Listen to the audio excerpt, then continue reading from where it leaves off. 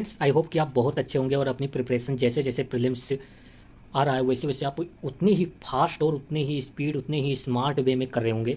तो जैसे मैंने लास्ट ईयर भी डिस्कस किया था, जो विवेक सर की इकॉनमी 450 एमसीक्यू होते हैं बहुत ही डिटेल में, और 2025 के प्रीलिम्स में यहाँ से जो मैंने डिस्कशन किया था वहीं से अराउंड 12 टू 13 क्वेश्चन आ गए थे, क्योंकि मैंने इतने सारे कॉन्सेप्ट और इतने सारे फैक्ट डिस्कस किए थे डिफरेंट डिफरेंट क्वेश्चन में, डिफरेंट डिफरेंट डीपली, और ऑलमोस्ट मैंने बहुत सारे पीवाईक्यू भी इंक्लूड कर लिया था। तो वैसे इस ईयर भी करेंगे। अगर आपने ये बुक परचेस नहीं की है तो आप परचेस कर लेना, ये 2026 के लिए बहुत इंपॉर्टेंट है। आप 4 से 5 टेस्ट लगाएं इकॉनमी में, उससे अच्छा है कि आप ये 450 एमसीक्यू करके जाएं, क्योंकि इसमें आपको सिर्फ ये नहीं कि आपको कॉन्सेप्ट ही मिलेगा या फिर सिर्फ आपको करंट मिलेगा। इसमें आपको इकोनॉमिक सर्वे हो गया, बजट हो गया, बेसिक कॉन्सेप्ट हो गए, एडवांस कॉन्सेप्ट हो गए, उनका एक्सप्लेनेशन जो मैं दूंगा वो, फिर आपको जो करंट अफेयर्स है वो मिलेगा, और आपको इसमें पीवाईक्यू भी काफ़ी कवर्ड है। तो भाई बहुत ही गजब है, आप प्लीज़ बाय कर लेना, ये 2026 प्रीलिम्स के लिए स्पेशली है। और मैंने इस बार ये सोचा है, आप लोग भी देखना, मैंने इस बार सोचा है कि जो सेक्शन सबसे ज़्यादा इंपॉर्टेंट है उसको हम पहले डिस्कस करेंगे, मतलब पिलर 2 हम सबसे पहले डिस्कस करेंगे, क्योंकि यहाँ से हमें 7 to 8 क्वेश्चन आता रहता है। ठीक है, तो पहले ये डिस्कस करेंगे हम। तो चलिए स्टार्ट करते हैं, डिस्कस करते हैं, और हाँ कोई प्रॉब्लम हो तो ज़रूर कमेंट करना और स्पीड भी बताना। तो चलिए स्टार्ट करते हैं। चलिए पिलर 2 से शुरू करते हैं। एवरी ईयर हम पिलर 1 से ही शुरू करते थे बस, बट इस time we will start from the pillar 2, and I do not need to tell you about the importance of the pillar 2, because if in every year on an average you are getting the 18 question of by the UPSC, so 7 to 8 question directly come from this pillar, and it is not about 1 or 2 years. ये continuously we can see that from 2013 onwards that around 50% question of economy come from the money and banking section. So by seeing the importance of this pillar we will start from this pillars, and उसके बाद first pillar करेंगे, क्योंकि इससे 2 से 3 question तो every year आता ही आता है फर्स्ट पिलर से भी, और बाकी आपके जब 11 क्वेश्चन हो जाएंगे श्योर शॉर्ट, तो उसके बाद बाकी के जो बजट हो गया आपका या फिर और जो सेक्शन है वहाँ से भी हम कर लेंगे। तो कुल मिला के हमारे यही टारगेट रहेगा कि 14 to 15 क्वेश्चन जो है, अगर 18 आता है तो हम सॉल्व कर सकें। आप कहोगे 18 का 18 क्यों नहीं भाई, उस बाकी और आप कहाँ से जो करंट अफेयर मैगजीन्स पढ़ते हैं वहाँ पर कुछ एक्स्ट्रा आपको एज मिलेगी, और आपका जो आपने और जो पीवाईक्यू किया है वहाँ से आपको एज मिलेगी, तो हो सकता है आपको 15-16 हो जाए। सारे क्वेश्चन तो नहीं सॉल्व होंगे इकॉनमी के, ठीक है, बट आजकल ये देखा जा रहा है कि इकॉनमी और पॉलिटी 2 ऐसे सब्जेक्ट है जहाँ पर आपकी एक्यूरेसी 90% प्लस होनी चाहिए। ठीक है, तो चलिए फर्स्ट क्वेश्चन से स्टार्ट करते हैं। आई होप आप अच्छे होंगे, अच्छे से बैठ जाइए और हम स्टार्ट। थोड़ा जूम कर देता हूँ आपको ताकि अच्छे से दिखे। पहला क्वेश्चन जो है काफ़ी आपका, आप कह सकते हैं आपका मेंस था, आपने अगर पढ़ा है तो ये क्वेश्चन आप इजीली टैकल कर लेंगे। फर्स्ट क्वेश्चन कह रहा है कि what were the reason which led to bank nationalisation of 1969। So अगर आपने थोड़ा भी इकॉनमी पढ़ा होगा, एंड आई एज्यूम दैट कि you have very good knowledge of economy, so in India bank nationalise in 2 steps. First phase of nationalization happened in 1969, which led to nationalization of 14 major banks. Okay. अगर यहाँ पर देखोगे तो क्या पूछ रहे हैं, ऑब्जेक्टिव पूछ रहे हैं, रीजन पूछ रहे हैं कि व्हाट आर द कॉज, ठीक है, what are the cause of nationalisation. But मैं ये थोड़ा बैकग्राउंड बता दे रहा हूँ जिससे आपको पता चले। तो first phase of bank nationalisation in India happened in 1969 and second phase in 1980। तो मेरे अकॉर्डिंग आप सिर्फ याद रखो कि एक पहला फेज 1970 के अराउंड हुआ और सेकंड फेज हैपेंड इन 1980 के अराउंड। अच्छा, अगर आपसे कभी यूपीएससी पूछे कि व्हाट वाज, मतलब फर्स्ट बैंक कौन सा था जो नेशनलाइज किया गया इंडियन गवर्नमेंट के द्वारा, तो एसबीआई। ठीक है, एसबीआई के पहले जो था, ये एसबीआई आपको 1955 में नेशनलाइज किया गया, बट इसके पहले कोई एसबीआई बैंक एग्जिस्ट नहीं करता था 1955 से। 3 बैंक्स थे, इंपीरियल बैंक कहे जाते थे, उनको मर्ज करके एसबीआई बनाया गया और उसको नेशनलाइज कर दिया गया। अच्छा, नेशनलाइजेशन का मतलब क्या होता है? नेशनलाइजेशन का मतलब हुआ कि जो पहले प्राइवेट सेक्टर बैंक थे, जिनकी शेयर होल्डिंग, जो ओनर्स थे बैंक के वो प्राइवेट इंडिविजुअल थे, उन इंडिविजुअल से गवर्नमेंट ने उनके शेयर्स खरीद लिए और ओनर कौन बन गया? गवर्नमेंट बन गया। तो nationalisation is complete like that कि प्राइवेट इंडिविजुअल से जो शेयर है, जो ओनरशिप है, वो ट्रांसफ़र हो जाती है गवर्नमेंट की तरफ। रीज़न क्या होगा ट्रांसफ़र होने का? आप खुद सोचिए कि व्हाट वर द रीज़न, कि जब गवर्नमेंट को क्या ज़रूरत पड़ी कि किसी बैंक को या किसी कंपनी को अपने कंट्रोल में ले लेना, उसको खरीद लेना। नेशनलाइजेशन मतलब गवर्नमेंट खरीद रही है, ठीक है। ये फोर्स भी हो सकता है, आपको पता है government is all power entity, तो वो फोर्स भी कर सकती है कि भाई तुम्हें ये शेयर बेचना भी पड़ेगा, हम ये कंपनी तो टेक ओवर करने जा रहे हैं, ठीक है। तो रीज़न क्या होगा? गवर्नमेंट ने अगर कोई चीज़ नेशनलाइज किया, या आपने देखा होगा कि एसेंशियल कमोडिटी एक्ट होता है, वहाँ पर भी गवर्नमेंट का रेगुलेटिंग पावर बहुत ज़्यादा होती है कि you can not hold some commodity to certain और मैक्सिमम एक्सटेंट दैट, मतलब कि हार्म करे नॉर्मल पब्लिक को, तो वहाँ पर स्टॉक का लिमिट लगा देती है गवर्नमेंट। वो सब अलग बातें, मैं बहुत ज़्यादा इधर उधर की बातें बता रहा हूँ, बट ये याद रखना फर्स्ट फेज हुआ 1969 में, सेकेंड फेज हुआ 1980 में, ठीक है, तो ये याद रखेंगे। और अच्छा एक और पॉइंट मैं बता देता हूँ, आरबीआई जो है आपका, ये सेंट्रल बैंक है आपके इंडिया का, ये नेशनलाइज कब किया गया, क्योंकि ये याद रखना कि आरबीआई का शेयर जो 1947 और 48 तक, जानते हो किसके पास था, प्राइवेट एंटिटी के पास था इसका शेयर्स। तो RBI was a private sector bank, ठीक है।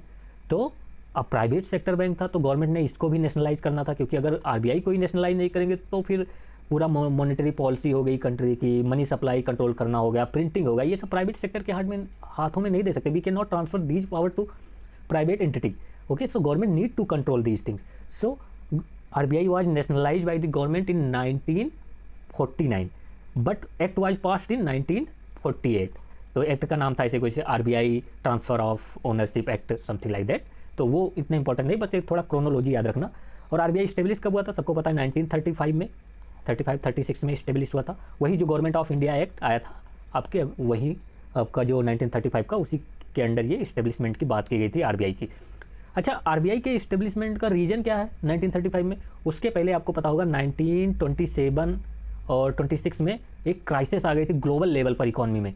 तो इंडिया में भी डिमांड होने लगा कि देखो भाई, हमें तो कोई ऐसा बैंक चाहिए जो ये सब देख सके और जो हमारे पैसे हैं वो बच सकें, हम डिपॉजिट कर सकें, जहाँ डिपॉजिट करते हैं वो बैंक रन हो जाता है। तो दैट्स डिमांड इज, मतलब वो राइज हुआ and it led to the RBI establishment in 1935। But power उस समय इतना आरबीआई के पास नहीं थी। Reason for that, because it was a private entity, the share holders of the RBI was private individuals, okay, और public at large, you can say that. So भाई बहुत ज़्यादा इसमें वो कर दिया, ठीक है। तो इतना आप याद रखना। आप चलिए पढ़ना शुरू करते हैं। तो नेशनलाइजेशन फर्स्ट फेज के बारे में पूछ रहा है, तो देखते हैं। मैं थोड़ा और चीज़ बता देता हूँ, नहीं पहले स्टेटमेंट देखते हैं फिर मैं बता दूंगा। तो फर्स्ट स्टेटमेंट कह रहा है कि रीजन बताना याद रखना, रीजन ऑफ नेशनलाइजेशन की expansion of bank branches was mostly in urban areas. तो यहाँ कह रहे हैं कि government nationalise the bank because the more banks were in urban areas and not in rural area. तो urban concentration of bank branches ज़्यादा था, rural concentration या रूरल एरियाज में थे ही नहीं ब्रांच, आप कह सकते। तो यहाँ there was a huge division between rural and urban और huge gap between the rural and urban branches. तो बिल्कुल सही बात है, गवर्नमेंट नेशनलाइज क्यों करेगी कि भाई देखो रूरल एरिया में भी ब्रांचेस खोलो, जिससे क्या हो, जिससे आपका फाइनेंशियल इंक्लूजन हो कंट्री में, जिससे हम कोई पॉलिसी लेकर आते हैं तो वो नॉर्मल पब्लिक को, क्योंकि उस समय भाई 80% पब्लिक विलेज में रहती थी, गांव में रहती थी, अर्बन में नहीं रहती थी। बट ये बैंक क्या करते थे, ये प्राइवेट थे, इंडस्ट्री इनको अर्बन सेक्टर में मिलती थी। तो ये क्या करते थे, ये सारे जो बैंक्स थे, स्पेशली आप देखेंगे 1969 के जो ये बैंक्स हैं आपके, 1969 तक जो ये बैंक्स थे, जो प्राइवेट बैंक्स थे, ये सब सारे आप ऑलमोस्ट होल्ड किए जाते थे जो आपके बड़ी बड़ी इंडस्ट्रीज़ हैं उनके हाथों में, मतलब कैपिटलिस्ट ओनर्स थे इन बैंक्स के। तो क्या होता था यहाँ पर, कैपिटलिस्ट को लोन देते थे और कैपिटलिस्ट को सर्विस प्रोवाइड करते थे, बाकी नॉर्मल पब्लिक भाड़ में जाए। तो गवर्नमेंट ने कहा भाई ऐसे तो काम नहीं चलेगा, अगर हम ऐसे छोड़ देंगे तो भाई ये कुछ ही लोगों को बैंक बेनिफिट कर पाएगा। फिर हमने जो प्लान डेवलपमेंट लेकर, मतलब हमें पता है ना 5 ईयर प्लान्स आते थे पहले, ठीक है। तो ये 5 ईयर प्लान के अकॉर्डिंग जो हम सोचते हैं कि एग्रीकल्चर में जो हमारा ग्रोथ हो वो 7 to 8% होना चाहिए, ये कैसे हमें मिलेगा, जब हम इंश्योरेंस हो गया, बैंकिंग सेक्टर हो गया, फाइनेंशियल इंक्लूजन हो गया, पॉलिसी हो गया, ये सब हम लोगों तक पहुंचा ही नहीं पाएंगे। So this reason led to the nationalisation of the banks, okay. तो फर्स्ट इज ट्रू। फिर सेकेंड इज सेइंग दैट कि agriculture and small scale industries, अभी आज के तौर पे बात करें तो एमएसएमई, ठीक है। तो agriculture and small scale industry were not getting proper access to banking facilities, बिल्कुल सही बात। क्योंकि जो एग्रीकल्चर सेक्टर था, क्योंकि गांव में भाई ब्रांच ही नहीं होते थे बैंक्स के, बैंक लोग जो थे वो गांव में ओपन ही नहीं करना चाहते थे ब्रांच, तो इन लोगों को कोई क्रेडिट फैसिलिटी मिलती नहीं थी, कोई बैंकिंग फैसिलिटी, अकाउंट ही नहीं है भाई। फिर थर्ड कह रहा है कि, तो ये फर्स्ट एंड सेकंड दोनों ऑप्शन यहाँ पर सही थे, ये रीजन है बैंक नेशनलाइजेशन के। फर्स्ट कि अर्बन कंसंट्रेशन था, रूरल एरियाज में उनको कोई बैंक ब्रांचेस थे ही नहीं, बहुत ज़्यादा डिवीजन था। सेकंड एग्रीकल्चर और स्मॉल स्केल इंडस्ट्रीज जो थी, या जिसको आप आज आप जानते हो, मैं इसके बताऊँ प्रायोरिटी सेक्टर लेंडिंग भी आप कहते हो ना। प्रायोरिटी सेक्टर लेंडिंग में कौन से आते हैं, agriculture, small and marginal farmers को लोन देना होता है। प्रायोरिटी सेक्टर लेंडिंग क्या है, पीएसएल नॉर्म्स क्या है, आपको पता होगा PSL नॉर्म दो नाम की 40% of total credit must go to the these areas, priority है इन एरियाज में, मतलब ये एरिया प्रायोरिटी के अंडर आते हैं कि इनको जरूर हमें देखना है, लोन देना है, क्रेडिट देना है, डिपॉजिट फैसिलिटी प्रोवाइड करानी है, ताकि गवर्नमेंट और specially the economy of countries should grow in faster pace. तो स्मॉल एंड मार्जिनल फार्मर्स हो गया, रिन्यूएबल एनर्जी हो गया, वीकर सेक्शन हो गए, इन सबको बैंकिंग फैसिलिटी प्रोवाइड करानी होती है, इसीलिए PSL नॉर्म्स आता है। तो वही है, सेकंड आप देखेंगे तो वही लिखा गया है, ठीक है। तो फर्स्ट है सेकंड दोनों सही। फिर कह रहे हैं bank credit was not utilise for financing project according to plan priorities. यही मैंने भी बताया कि 5 ईयर प्लान आते थे, जिसमें रूरल एरियाज को कहा जाता था कि हम एग्रीकल्चर को इतने स्पीड से ग्रो करेंगे, इतनी ग्रोथ रेट होनी चाहिए, स्मॉल स्केल इंडस्ट्रीज डेवलपमेंट होना चाहिए। हम यही तो फोकस करते थे कि हमारा इंपोर्ट जो है वो कम हो जाए ना, इंपोर्ट पर हमारी जो 1950 के बाद हमने सबसे ज़्यादा अगर फोकस किया तो यही फोकस किया कि हम किसी तरह से अपनी इकोनॉमी ओपन ही नहीं करेंगे इंपोर्ट के लिए, हमें सेल्फ सफिशिएंसी लानी है। हमारा पहले से ही गोल होता था कि हम भाई एक बार तो बाहर के लोग आए हम पर राज किए इतने दिन ईस्ट इंडिया कंपनी के रूप में, अभी हम अपने जो स्मॉल इंडस्ट्रीज़ हैं, स्मॉल स्केल इंडस्ट्रीज़ हैं, उन अगर हमने ओपन कर दिया ट्रेड तो ये स्मॉल स्केल इंडस्ट्री डिस्ट्रॉयड हो जाएंगी ना। तो यही था कि आप समझ चुके होंगे अब, तो ये प्लान में हमारे रहता था, तो उसके अकॉर्डिंग क्रेडिट फ्लो नहीं होता था, तो नेशनलाइजेशन करना पड़ा। फिर कह रहे हैं कि easy and cheap availability of credit to few industrial house, मतलब मैंने कहा ना कि कैपिटलिस्ट ऑन करते थे और उन्हीं को मतलब 2% पे दे दिया लोन, ले जाओ। गवर्नमेंट कैपिटलाइजेशन करती थी, गवर्नमेंट पैसा देती बैंक को कि देखो जाकर भाई रूरल एरिया में दो, लेकिन ये क्या करते 2% 3% पर बड़े बड़े इंडस्ट्रियल्स को लोन दे देते, आपस में ही लोन खेल लेते थे, ठीक है। तो ये भी एक रीज़न था कि भाई ये सब बंद होना चाहिए हर हाल में। तो few industrial houses had encourage growth of monopolies, तो पूरा मोनोपोली हो गया था लोन में और बैंकिंग फैसिलिटी में कुछ ही लोगों का। तो 1 2 3 4 सब कुछ सही है, आई होप आपको समझ में आ गया होगा भाई। ऑलमोस्ट 15 मिनट से एक क्वेश्चन, अभी तो स्पीड तेज करनी पड़ेगी भाई, ठीक है। तो 4 ऑप्शन, आप ये देखो जब ऑप्शन टिक करता हूँ तो उस पर ज़्यादा मत जाया करो, वहीं पर मैं बता देता हूँ। तो 4th ऑप्शन, ठीक है, सभी सही है। अब आ गया सेकेंड, सीनियोरेज के बारे में, ठीक है। पूछा है कि which of the following are part of seigniorage. अच्छा, सीनियोरेज का पहले मीनिंग समझ लो आप, ठीक है। इसका मीनिंग होता है कि बेनिफिट्स अर्न बाय दी, ठीक है, जो earn by the central bank या गवर्नमेंट, दोनों। जहाँ पर गवर्नमेंट मनी प्रिंट करती है वहाँ पर गवर्नमेंट, जहाँ सेंट्रल बैंक जैसे RBI मनी प्रिंट करती है तो वहाँ पर सेंट्रल बैंक, ठीक है। तो benefits earn by central bank और government due to money creation facility, तो बिकॉज सेंट्रल बैंक और गवर्नमेंट के अंडर, गवर्नमेंट को पावर है that they can print the money, so all the benefit they accumulate due to money creation, that call the seigniorage, okay. तो ये सीनियोरेज होता है, meaning आप समझ चुके होंगे आई होप। सो बेनिफिट्स या इनकम ऑफ RBI इंडिया के केस में और central government in other country के केस में ड्यू टू मनी क्रिएशन और फ्रॉम मनी क्रिएशन। तो क्या क्या बेनिफिट होगा, क्योंकि अभी यहाँ पर मान लो RBI के पास मनी क्रिएशन या मनी प्रिंटिंग की पावर है, तो मनी वो RBI क्रिएट करता है, तो उसके रीजन से उसको क्या क्या बेनिफिट मिलता है। पहला बेनिफिट कि मनी क्रिएशन में मान लो ये 500 के नोट्स हैं, तो क्या इसको बनाने में 500 लगे होंगे? नहीं, 10, ये ज़्यादा से ज़्यादा 10 रुपये लगे होंगे, 2 रुपये का पेपर हो गया और 8 रुपये का प्रिंटिंग कॉस्ट हो गया, तो 10 रुपये लगे। लेकिन इसको RBI ने लोगों को दिया कितने में, बैंक को दिया कितने में, 500 रुपये में, 500 रुपये में। तो लगा कॉस्ट कितना आया, 10 रुपये, दिया कितने में, 500 रुपये में, तो कितना 490 रुपीज़ RBI का बेनिफिट्स हो गया, प्रॉफिट हो गया। क्यों हुआ? क्योंकि RBI ही वो प्रिंट करती मनी। अभी मान लो सभी पब्लिक, अभी SBI हो गया, पंजाब नेशनल बैंक हो, सभी अगर मनी प्रिंट कर ले तो ये RBI के पास बेनिफिट जाता 490 रुपये। No, they can not get that in that scenario, okay. So first is this, तो इसको आप अगर वैसे बोलना चाहे तो डिफरेंस बिटवीन फेस वैल्यू मतलब ये जो 500 लिखा है माइनस प्रोडक्शन कॉस्ट, तो production cost of 500 is almost 10 रुपये हमने सोचा, तो that is the income of RBI या benefits of RBI for what, for because RBI create the money, ठीक है। तो फर्स्ट ये हो गया, तो यहाँ पर आप ये पहला याद रखेंगे, ठीक है। बाकी अभी हम पढ़ते हैं तो उसके अकॉर्डिंग आप याद 2-3 देखें। तो फर्स्ट स्टेटमेंट कह रहा है कि interest income on reserve capped with RBI for money creation. अच्छा, अगर आपने इकोनॉमी पढ़ा है तो यू विल नो दैट कि RBI ऐसे ही मनी नहीं प्रिंट कर देता। RBI को मनी प्रिंट करने के लिए they have to have some asset to in backup, तो वो कितना मनी प्रिंट करेंगे, वैसे ये जनरली लिंक नहीं होता completely, but RBI keep some asset so they can print the money and circulate in the market. तो वो जो एसेट, मान लीजिए कि आपने देखा होगा कि आरबीआई, कोई भी बैंक होता है, भाई मैं बहुत डीप में जा रहा हूँ, कोई भी बैंक होता है तो उसके दो, अगर आप उसकी बुक्स देखेंगे तो उसमें दो, एक होता है एसेट साइड और एक होता है लाइबिलिटी।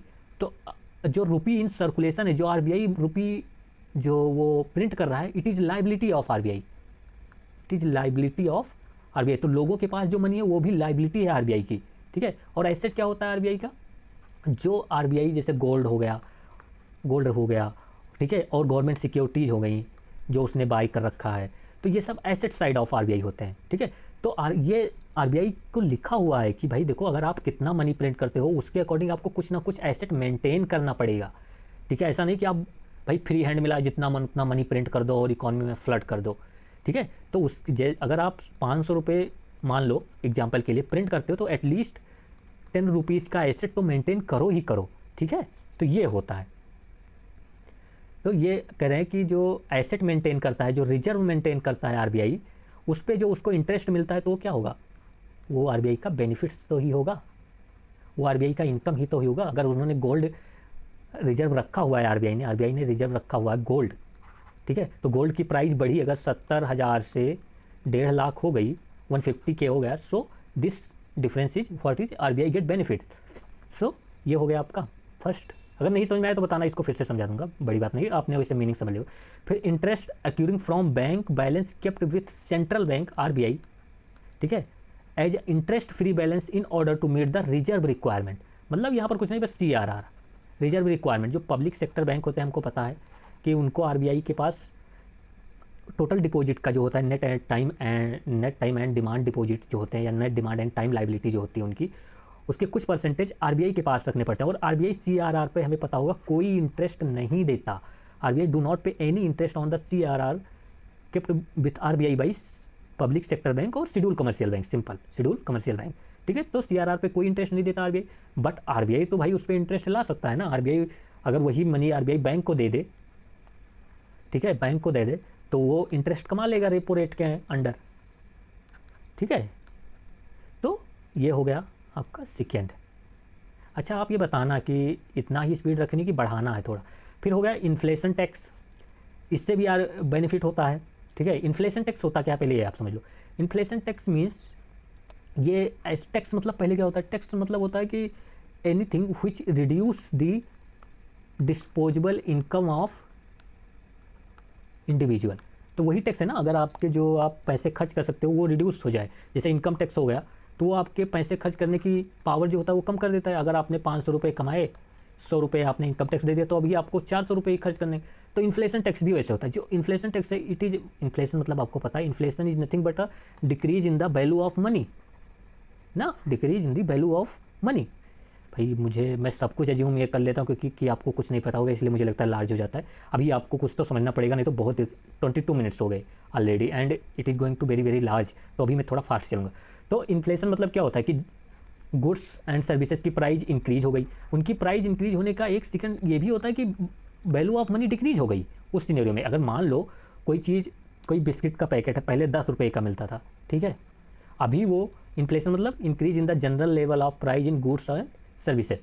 तो अभी अगर वो, तो एक मिनट, अगर वो 10 रुपये से 15 रुपये हो गया तो ये इन्फ्लेशन हो गया, ठीक है, ये एक बिस्किट का पैकेट है, so it is a inflation, okay. Now inflation is also showing that कि the things which are in 10 rupees few days back, now it is in 15। That means जो 10 रुपये की वैल्यू थी पहले वो 15 हो गई, मतलब 15 मनी की जो वैल्यू थी वो कम हो गई, और प्रोडक्ट की जो वैल्यू थी दैट इज इंक्रीज्ड। तो प्रोडक्ट, तो this is also in one terms, ठीक है। तो ये आपको पता होगा कि पहले जो 10 रुपये में हम खरीद सकते थे, अब उसके लिए हमें 15 रुपये देने पड़ते हैं। मतलब समझ रहे हो कि वही सेम चीज़ मनी खरीद 10 रुपये में अब खरीद ही नहीं सकता, 15 रुपये देने पड़ेंगे। That means value of money have decrease. तो हम एक सिनेरियो में भी कहते हैं पहले का 10 रुपये अब का 15 रुपये हो गया। यही तो बात है, पहले के 10 rupees is now equal to 15 rupees, means money of the value of the money have decrease and this is nothing but decrease is a inflation tax. क्या टैक्स 5 रुपये यहाँ पर टैक्स ही तो लग गया आपका, 10 से 15, 10 जो है वो इक्वल 15 हो गया, तो यहाँ पर आपका 5 का टैक्स लग गया, दैट इज इन्फ्लेशन टैक्स, ठीक है। तो 1 2 3 ऑल आर करेक्ट। ओके, ये क्वेश्चन नहीं समझ में आया होगा तो बताइएगा, बताऊंगा बाद में फिर। ठीक है, अगर देखिए आपको कोई, अभी मैं थोड़ा फास्ट चलूँगा, आपको कोई क्वेश्चन नहीं समझ में आता तो आप कमेंट कीजिएगा, मैं वो क्वेश्चन मार्क्स कर लूँगा। और जब ये मैं आपको कोई जब दूसरे दिन वीडियो बनाऊंगा तो वो क्वेश्चन मैं आपको डिटेल में एक्सप्लेन कर दूंगा, या फिर एक साथ सारे क्वेश्चन के डाउट लेकर एक साथ सभी को एक्सप्लेन कर दूंगा। क्योंकि अभी मैं ये अगर सभी यही एज्यूम करके चलूँगा कि आपको कुछ नहीं पता है तो वो उन एस्पिरेंट के साथ इट वुड बी मतलब injustice that they have read through out the day and night and they have strong uphold over the economy. Now I am teaching them कि परचेजिंग पावर पैरिटी कम हो गई inflation से। Inflation tax फिर से मैं बताऊँ तो nothing but decrease in the purchasing power of the currency और rupees, that is inflation tax. ठीक है, बट आपको वो सब नहीं पता है तो दैट्स मतलब वो आप समझ सकते हैं कि फिर उन लोगों के लिए इनजस्टिस होगा जिनको ये सब सारी चीज़ें पता है। तो मैं अभी थोड़ा फास्ट चलूँगा, आपको कमेंट करना है, मैं फिर कर दूंगा। ठीक है, तो अभी चलते हैं थोड़ा फास्ट। तो वहाँ पर all of the above are correct. ठीक है, तो ये याद रखना। चलिए अभी ये 1 मिनट, इसको थोड़ा मैं जूम कर देता हूँ इधर लाके। हाँ, अभी 38 पे करते हैं ना। इसमें पूछा गया है कि if a country has pegged और fixed but adjustable exchange rate then consider the following statements. देखिए एक्सचेंज रेट सिस्टम कितने प्रकार के होते हैं, पहले ये मैं एक बार बता दूं फास्ट बिल्कुल। एक होता है फिक्स्ड, या आपने जो ये देखा पैक्ड एक्सचेंज रेट सिस्टम, जहाँ पर क्या किया जाएगा कि $1 मान लीजिए 30 रुपीज़ फिक्स कर दिया गया तो यही फिक्स रहेगा। गवर्नमेंट इसको हमेशा ये ट्राई करेगी कि इतना फिक्स रहे एक्सचेंज रेट, इससे ज़्यादा ना गिरे। ठीक है, तो एक्सचेंज रेट सबसे पहले क्या होता है, एक्सचेंज रेट सिस्टम क्या होता है कि price at which one currency is exchange to other currency. Means currently if I am talking to $1 is around 92 rupees और समथिंग लाइक दैट, तो this is the exchange rate. तो price at which one currency is traded और exchange with other currency, that is exchange rate. भाई क्या क्या बता रहा हूँ, मुझे लगता है मैं ज़्यादा ही कोई। तो फिक्स एक्सचेंज रेट में क्या होगा कि government will fix the exchange rate, it is not the market which decide the exchange rate but the government will be sole authority to decide the exchange rate and government will try to manage this exchange rate कि $1 अगर मैंने 30 government ने बोल दिया, ठीक है, तो government उतना ही एक्सचेंज रेट मेंटेन करेगी, that is the fixed exchange rate. Means government intervention ज़्यादा है इसमें। ओके, तो फर्स्ट हो गया आपका जो ये फिक्स्ड एक्सचेंज रेट सिस्टम था। ठीक है, सेकेंड आपका होता है जो फ्लेक्सिबल होता है। फ्लेक्सिबल मतलब सीधा मार्केट डिसाइड करेगा। So market forces will decide that कि what would be the exchange rates. ठीक है, $1 90 होगा कि 200 होगा, 200 रुपीज़ होंगे, ये मार्केट पे छोड़ दो, इंपोर्ट एक्सपोर्ट पे छोड़ दो, डिमांड ऑफ करेंसी पे छोड़ दो, वो डिसाइड करेगा कि भाई क्या एक्सचेंज रेट होगा। तो ये हो गया आपका फ्लेक्सिबल एक्सचेंज रेट सिस्टम। ठीक है, तो supply and demand of the money will decide the exchange rate. Third is the manage, जो कि हमारी कंट्री फॉलो करती है। मैनेज या मैनेज फ्लोट इसको कहते हैं, या फिर डर्ट फ्लोट भी कहते हैं। तो दिस एक्सचेंज, इस एक्सचेंज में रेट क्या होता है जो हमारी कंट्री फॉलो करती है, जो मैंने अभी बताया, फिर से मैं दिखा देता हूँ आपको, मैनेज फ्लोट या फिर डर्ट फ्लोट। इसमें क्या होगा कि गवर्नमेंट या आरबीआई ये कहेगा कि देखो इन नॉर्मल सर्कमस्टांस से, so we will not interfere either it is $1.60 और $1 become 92, we will not interfere in the market, it is market who will decide demand and supply of the currency. मतलब flexible, but it should be in slow rate में। अगर depreciate हो रही है money power तो slow rate में हो, appreciate भी हो रही है तो भी स्लो रेट में हो, तो हम नहीं। बट इफ सडन मतलब मान लो 60 से 90 टू 1 डे में हो गया, सो RBI will be interfere in the market. So manage float में क्या होता है कि आपको फिक्स्ड एंड फ्लेक्सिबल दोनों के भाई हाइब्रिड आप कह सकते हैं एक्सचेंज रेट सिस्टम। ओके, तो ये हो गया आपका। अभी करते हैं ये क्वेश्चन।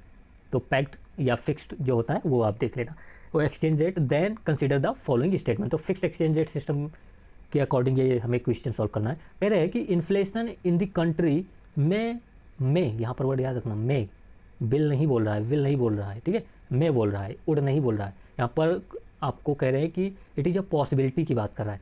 तो ये कह रहे हैं कि अगर कहीं फिक्स्ड एक्सचेंज रेट सिस्टम है तो इन्फ्लेशन इन द कंट्री में make it's export less competitive, तो उसका एक्सपोर्ट जो होगा वो लेस कम्पिटिटिव होगा। अभी देखो अगर फिक्स्ड एक्सचेंज रेट सिस्टम है, ठीक है, और मान लीजिए $1 30 गवर्नमेंट ने या 50 कैलकुलेशन के लिए $1.50 गवर्नमेंट ने फिक्स कर दिया कि भाई यही एक्सचेंज रेट होगा, ठीक है, कि मतलब आप 50 रुपये लेकर जाते हो तो $1 मिल जाएगा, और $1 लेकर आते हो तो 50 रुपये आपको मिल जाएंगे। यही तो हुआ, ठीक है।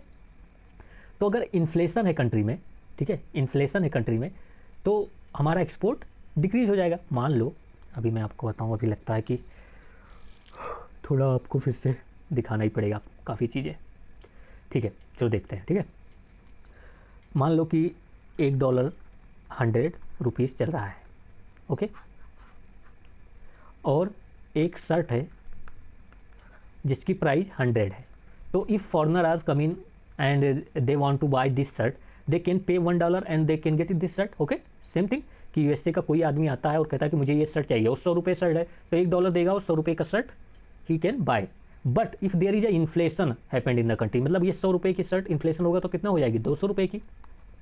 But exchange rate system can not be change because it is fixed by the government, ठीक है, because it is fixed by the government. So now if foreigners are coming and they are saying कि I will pay $1 and give me that shirt, तो Indian क्या कहेगा, Indian exporter कहेगा no sir, you have to pay $2 now because it is 200, because the shirt price have rise to 200। तो अब foreigner कहेगा नहीं यार फिर रहने दो, अपने को नहीं लेना वो शर्ट, ये तो दुगना हो गया, ये तो 100% इंक्रीज हो गया, ठीक है। तो यहाँ पर कहेगा फॉरनर नहीं, तो इससे क्या होगा, हमारा एक्सपोर्ट डिक्रीज हो जाएगा, ओके।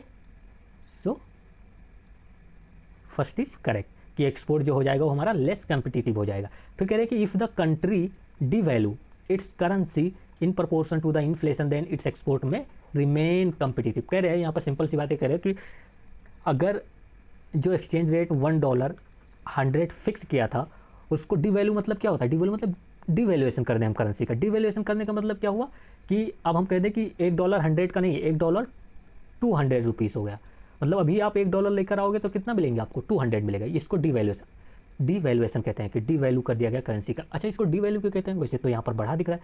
डिवैल्यू मतलब पहले think that before you are giving 100 rupees and you can buy $1, मतलब $1 को मान लो एक चॉकलेट है या कुछ है, तो पहले 100 रुपये देकर आप $1 खरीद सकते थे, बट अभी आपको 200 रुपये देने पड़ते हैं। नाउ यू हैव टू पे 200 rupees two by $1। That means your currency और रूपी करेंसी वैल्यू हैव डेप्रिसिएटेड, और यू कैन से डीवैल्यूड, ओके, डिक्रीज हो गई, उसको डिवैल्यूएशन कहते हैं ना। तो devaluation means decrease in the price of the domestic currency because of the government.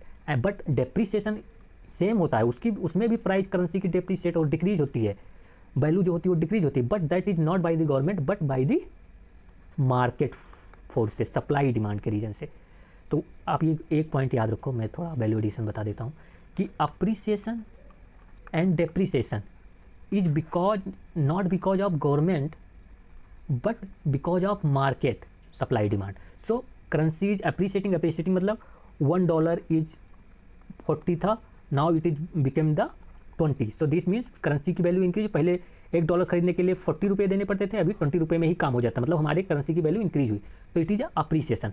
Depreciation means same, इसका उल्टा कर दो कि पहले $1 खरीदने के लिए जो हमें 40 रुपये देने पड़ते थे, अब उसको 80 रुपये देने पड़ते हैं, that is depreciation. But it is happen due to supply and demand, due to market forces. But यही same things if government is controlling, if government is doing not market, that is devaluation हो जाता है वो, ठीक है। तो और revaluation आप भी कह सकते हैं, या फिर अभी टर्मोलॉजी वो भी और जो होंगे वो देख लेंगे। तो इट इज़, तो डिवैल्यूएशन को डिवैल्यूएशन मतलब गवर्नमेंट जब इंटरफेयर करके मनी की प्राइस या जो करेंसी डोमेस्टिक करेंसी की प्राइस जो है वो चेंज कर दे। तो कह रहे हैं कि if the country devalues its currency in proportion to the inflation then its export में रिमेन कम्पिटिटिव। अगर आपको याद होगा तो $1 जब 100 रुपीज़ थे तो 100 रुपये की शर्ट आराम से बिक रही थी, ठीक है, लेकिन जैसे शर्ट 200 की हुई तो अभी वो $2 मांगने लगे, इसलिए एक्सपोर्ट जो हुआ क्या हो गया, डिक्रीज हो गया था, ठीक है। बट गवर्नमेंट क्या करे, कहे कि देखो भाई अभी जो $1 की प्राइस होगी वो 200 रुपीज़ होगी, तो अभी फॉरनर आएगा और यहाँ पर जो 200 की शर्ट है इन्फ्लेशन के रीजन से अभी भी वो $1 देकर खरीद सकता है, तो अब एक्सपोर्ट क्या रहेगा, हमारा कंपिटिटिव रहेगा, एक्सपोर्ट हमारा इंक्रीज रहेगा और एक्सपोर्ट हमारा सेम रहेगा, हम कह सकते हैं एटलीस्ट। तो डिवैल्यूएशन से हमारा क्या होता है, एक्सपोर्ट सेम या इंक्रीज होता है, ठीक है।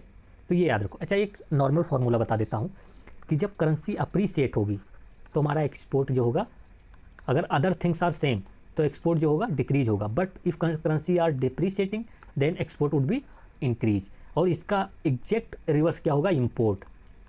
तो अगर करेंसी अप्रीशिएट हो रही है तो हमारा इंपोर्ट क्या होगा, इंक्रीज हो जाएगा। डिप्रीशिएट हो रही है तो हमारा इंपोर्ट क्या हो जाएगा, डिक्रीज हो जाएगा। ठीक है भाई, बहुत हो गया। तो यहाँ पर दोनों ऑप्शन सही है हमारे, तो यहाँ पर सी सही है। ठीक है, मुझे लगता है बहुत ज़्यादा टाइम ले रहा हूँ। चलो आज थोड़ा ही करेंगे, ज़्यादा नहीं करेंगे, बाकी कल करेंगे। 39 देखते हैं, कह रहा है कि which of the following statements are true regarding India present exchange rate system. देखिए, इंडिया का प्रेजेंट एक्सचेंज रेट सिस्टम आप लोगों को पता ही होगा क्या है, मैंने बताया था मैनेज्ड फ्लोट है। कि हम भाई नॉर्मल सर्कमस्टांसेस में RBI and government will not interfere in the exchange rate system. RBI and government will interfere if there is a high volatility और हाई डिक्रीज और इंक्रीज इन द और appreciation और depreciation in the currency rate system और exchange rate system. तो normal circumstances में हम नहीं करेंगे, बट अगर यहाँ पर बहुत ज़्यादा वोलेटिलिटी हो जाती है, बहुत ज़्यादा मतलब सडनली बहुत ज़्यादा अप्रिशिएट हो जाती है करेंसी या डेप्रिशिएट हो जाती है, तो आरबीआई इंटरफेयर करेगा, डॉलर सोल्ड करेगा या फिर बाय करेगा, जिससे करेंसी एक्सचेंज रेट सिस्टम जो है वो मेंटेन रहे। ठीक है, तो ये है हमारा। तो इंडिया का भी देखते हैं, कह रहे हैं कि RBI regulate the rupee dollar rate. अभी देखो यहाँ पर मैंने एक मिनट, हाँ, तो अभी देखते हैं, कह रहा है कि आरबीआई जो है, सेंट्रल बैंक जो है, वो regulate the rupee dollar rate. भाई आरबीआई रेगुलेट ही नहीं करता, मार्केट फोर्स डिटरमाइन करती हैं। आप ऐसे याद रखो कि इंडिया में क्या है, मार्केट जो फोर्सेस हैं वो बहुत ज़्यादा डिटरमाइन करेंगी, आरबीआई उससे बहुत ज़्यादा कम है उसका role to decide the exchange rate system. Okay, तो यहाँ पर RBI would not decide, the market will decide the exchange rate system. Okay, so first is wrong. और 1 मिनट प्लीज, हाँ, so this is wrong. Second कह रहा है कि RBI generally intervenes in the forex market indirectly. Indirectly means through the public sector bank. अब भाई RBI थोड़ी जाएगा कि अभी हमारा एक्सचेंज रेट सिस्टम जो है वो डेप्रीशिएट हो रहा है, मतलब $1 100 से 200 होने जा रहा है या 210 होने जा रहा है या फिर 110 होने जा रहा है, ये डेप्रीसिएशन ही हुआ। सो अगर डेप्रीशिएट हो रहा है तो आरबीआई थोड़ी ना डायरेक्टली जाएगा और उसको कंट्रोल करने लगेगा, नहीं। आरबीआई क्या करेगा, जो आरबीआई के पॉकेट में डॉलर है उसको मार्केट में सेल करेगा, और किसके थ्रू, थ्रू दी बिनो through the public sector bank और फॉरेक्स डीलर। फॉरेक्स डीलर होते हैं ना जो एक्सचेंज करते हैं रुपी डॉलर ये सब, तो उनको डॉलर देगा और डॉलर मार्केट में आएगा, और जैसे डॉलर की मार्केट में ज़्यादा होगा तैसे डॉलर का जो वैल्यू होगा वो कम हो जाएगा और रुपी का डेप्रिसिएशन रुक जाएगा। ठीक है, यही तो होता है। तो देखिए, एक्सचेंज रेट सिस्टम जो है वो कैसे डिसाइड होता है दो कंट्री के बीच, स्पेशली डिसाइड होगा एक्सचेंज रेट सिस्टम जो है वो डिमांड सप्लाई पर। तो अगर डॉलर का डिमांड बहुत ज़्यादा है तो डॉलर बहुत महंगा हो जाएगा, लेकिन अगर आरबीआई अपने तिजोरी से dollar started to sell now, then dollar की डिमांड जो है वो पूरी हो जाएगी, मार्केट में डॉलर हो जाएंगे तो डॉलर की प्राइस डिक्रीज हो जाएगी या फिर स्टेबल हो जाएगी, बढ़ेगी नहीं। तो दैट इज, तो फिर वहाँ पर स्टेबल हो जाएगा हमारा एक्सचेंज रेट सिस्टम। ओके, तो ये फिर सही है कि हाँ, फॉरेक्स डीलर जो होते हैं, जो पब्लिक सेक्टर बैंक्स होते हैं, उनके थ्रू आरबीआई इंटरवीन करता है if there is a high volatility.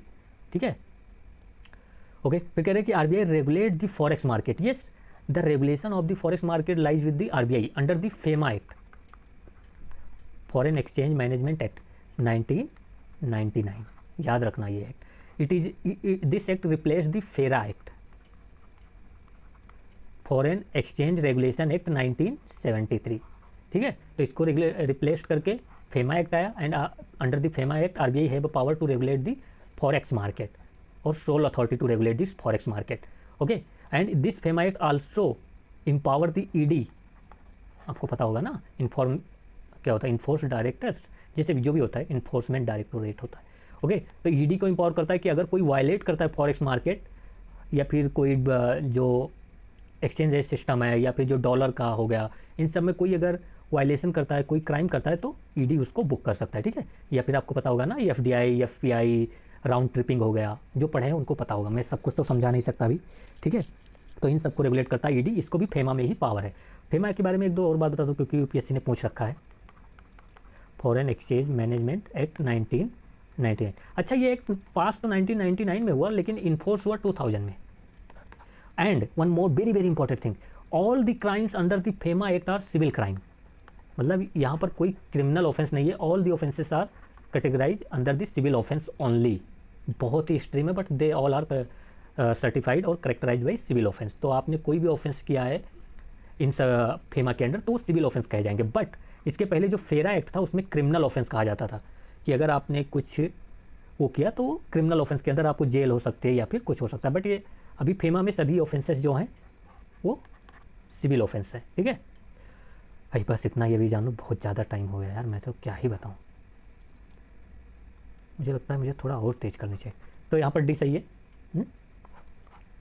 40 देखते हैं।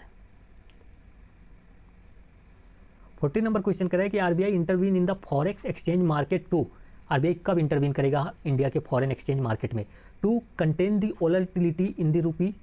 भाई यही तो है कि जब ज़्यादा वोलेटिलिटी हो जाएगी, मान लो $1 का सेल हो रहा था, अभी वो directly overnight it became 100 ₹100। Now it is a high volatility. Now if RBI will not come into picture, the export import market, FDI market, investment flow, all will be distorted. So RBI have to come into picture to restore the exchange rate system to around $1 to 55, 56, something like that. So if there is a high volatility in the market, RBI come into picture and do the buying and selling of the dollar to restrict the volatility. Okay, so first is correct.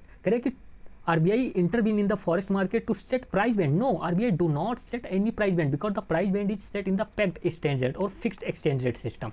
But we are following the floating exchange rate or managed float exchange rate system. So we और RBI do not set any price band कि $1 50 से 55 के under ही रह सकता है। No, हमारे पास $1 हमें पता है 2014 में अराउंड 60 था, अभी वो 92 चल रहा है, कभी 100 भी हो सकता है। We have no price band. Okay, so this is incorrect. तो this is incorrect, it is correct, तो 1 इज करेक्ट। ये क्वेश्चन जल्दी कर लिया हमने। देखिए भाई, जो नहीं समझ में आएगा वो आप बताना कमेंट करके, वो फिर से किया जाएगा, ठीक है। 41 correct, consider the following statements regarding purchasing power parity PPP exchange rates. तो purchasing power parity exchange rates, okay, देखते हैं इसको। ओके, सो यहाँ पर हमें बताना है, वो चलते हुए डिस्कस करते हैं, ठीक है। पीपीपी एक्सचेंज रेट सिस्टम बताना है हमें। देखिए, आपको पता होगा जो नॉमिनल एक्सचेंज रेट सिस्टम क्या है। नॉमिनल एक्सचेंज रेट सिस्टम हमारा $1 100 मान लेते हैं चल रहा है, ठीक है। नॉमिनल मतलब नॉमिनल एक्सचेंज रेट सिस्टम जो होता है वो मैंने आपको पहले ही बता दिया, demand and supply of the currency पर डिपेंड करता है कि किस करेंसी की कितनी डिमांड है। तो डॉलर की ज़्यादा डिमांड है, इसलिए $1 हमारे ₹100 के बराबर हो जाता है, ठीक है। हमारे करेंसी की इंटरनेशनल मार्केट में कम डिमांड है तो हमारा प्राइस और value of the Indian currency is low, ठीक है। That's okay, yes.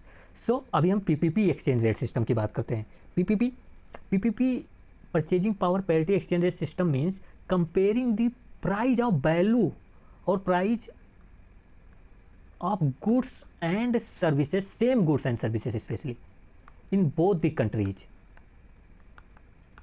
Okay, so comparing the price of basket of goods and services, same basket of goods and services in the both the countries.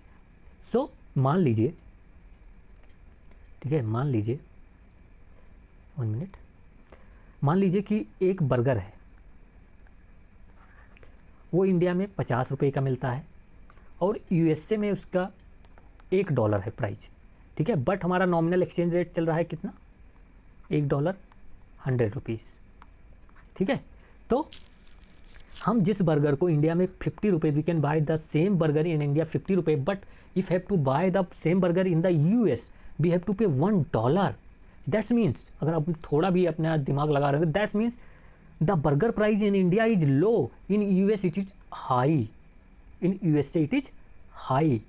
Okay, so that means the same amount of goods that can be purchased to the ₹50 we have to pay in US it is $1। that is nothing but PPP। Purchasing, देखिए purchasing power parity, parity means equality. तो अगर purchasing power देखें, purchase करने की power देखें currency की goods and services, तो India के जो ₹50 परचेस कर सकता है वही पावर है यूएसए के $1 को परचेस करने की।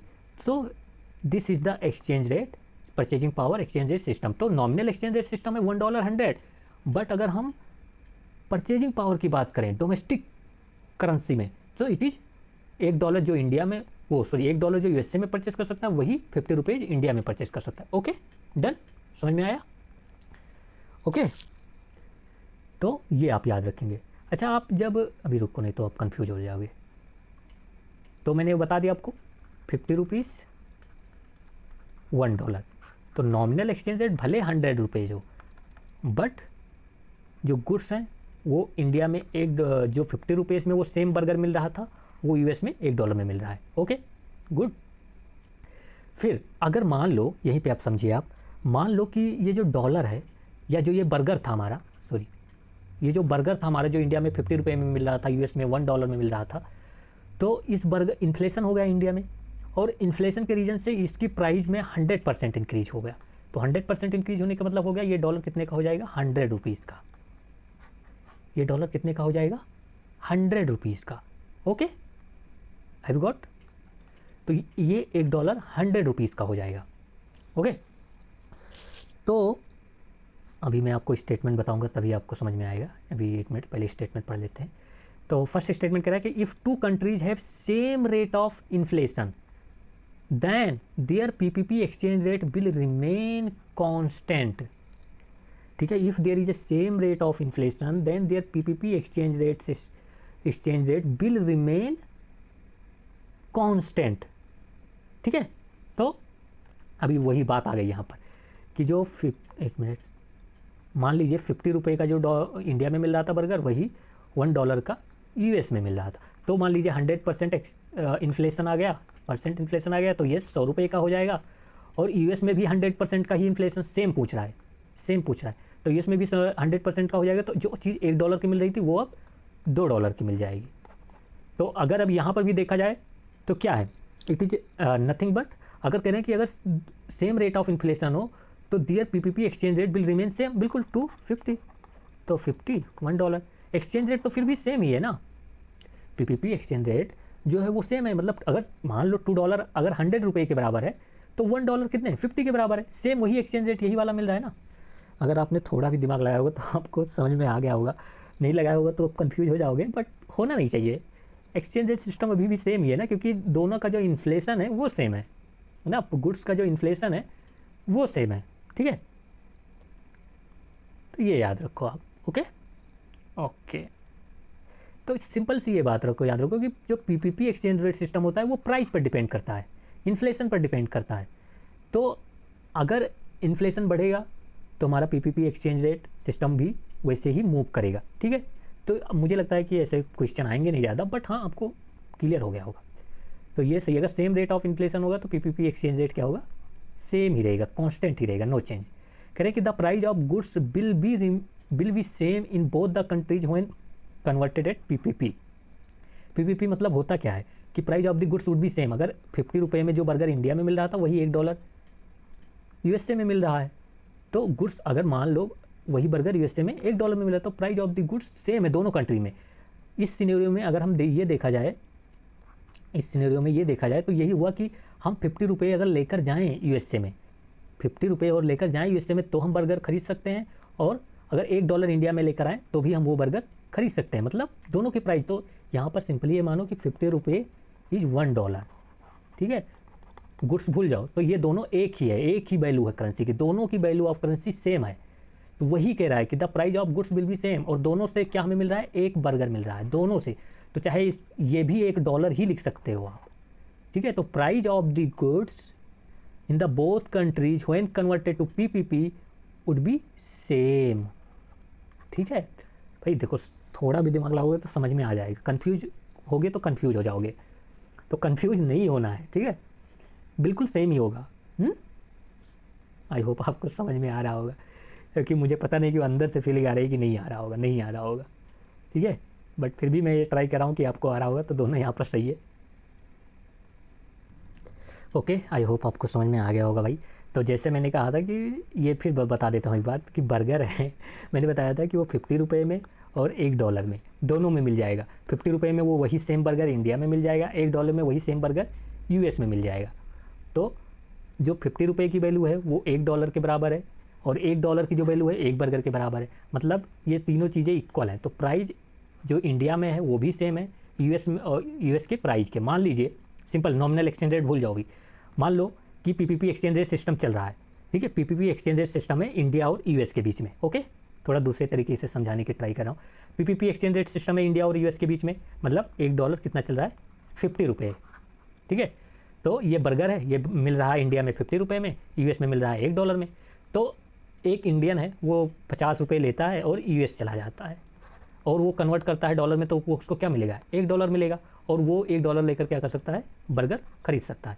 तो वही है ना, प्राइस सेम है ना, बिल्कुल 50 रुपये $1 के बराबर है, ठीक है। तो दोनों कंट्री में प्राइस क्या है, सेम है। वैसे ही अगर कोई यूएसए का पर्सन है, वो इंडिया में आता है, वो कन्वर्ट करेगा, 50 रुपये पाएगा, और वो वही सेम बर्गर खा सकता है। तो दोनों कंट्री में जो गुड्स की वैल्यू है वो सेम है। तो यहाँ पर एक बात याद रखना, यहाँ पर गुड्स के प्राइस की बात की गई है, रुपये 50 नंबर देख के नहीं कन्फ्यूज हो, गुड्स के प्राइस की बात की गई, क्योंकि purchasing power parity is all about the goods, okay, not about the money की परचेजिंग पावर। यहाँ पर मतलब मेरा कहने का मतलब है कि मनी के वैल्यू की और उसके नहीं बात करें, mainly it's about the goods, क्योंकि नॉमिनल एक्सचेंज रेट सिस्टम तो डोमिनेट करता है। भाई देखो अभी समझ में आ गया होगा तो आगे, एक तो मुझे लगता है कि इस पर पूरा बैच लेकर आओ तभी आएगा इकॉनमी समझ में आप लोगों को, क्योंकि मेरे अंदर हमेशा ये रहता है कि कुछ चीज़ें नहीं समझ में आई होंगी, बट फिर भी चलते हैं, ठीक है। कह रहे हैं कि which of the following statements are true in case the currency of two countries are at purchasing power parity. भाई अगर लास्ट वाला क्वेश्चन आपने समझा तो ये आपका बिल्कुल बल्ले बल्ले है। तो अगर दोनों कंट्री की जो, मान लीजिए जैसे मैंने बताया था कि $1 RS 50 हो जाए दो हमारा एक्सचेंज रेट सिस्टम, अभी मैं वो समझा रहा था कि 50 लेकर गया, $1 लिया, एक गुड्स खरीद लिया, तो क्या था वो एक्सचेंज रेट सिस्टम था। तो कह रहे हैं कि अगर इस एक्सचेंज रेट पे आ जाए, क्योंकि नॉमिनल एक्सचेंज रेट देखें तो हमारा कितना 92 चल रहा है, लेकिन अगर इस पे आ जाए परचेजिंग पावर के एक्सचेंज रेट पे दोनों कंट्रीज आ जाएँ तो क्या होगा। भाई देखो थोड़ा तो दिमाग लगाओ यार, यहाँ पर बड़ी बात नहीं है, ठीक है। तो कह रहे हैं कि which of the following statement are true in case the currency of two countries are at purchasing power parity, are at PPP exchange rate system.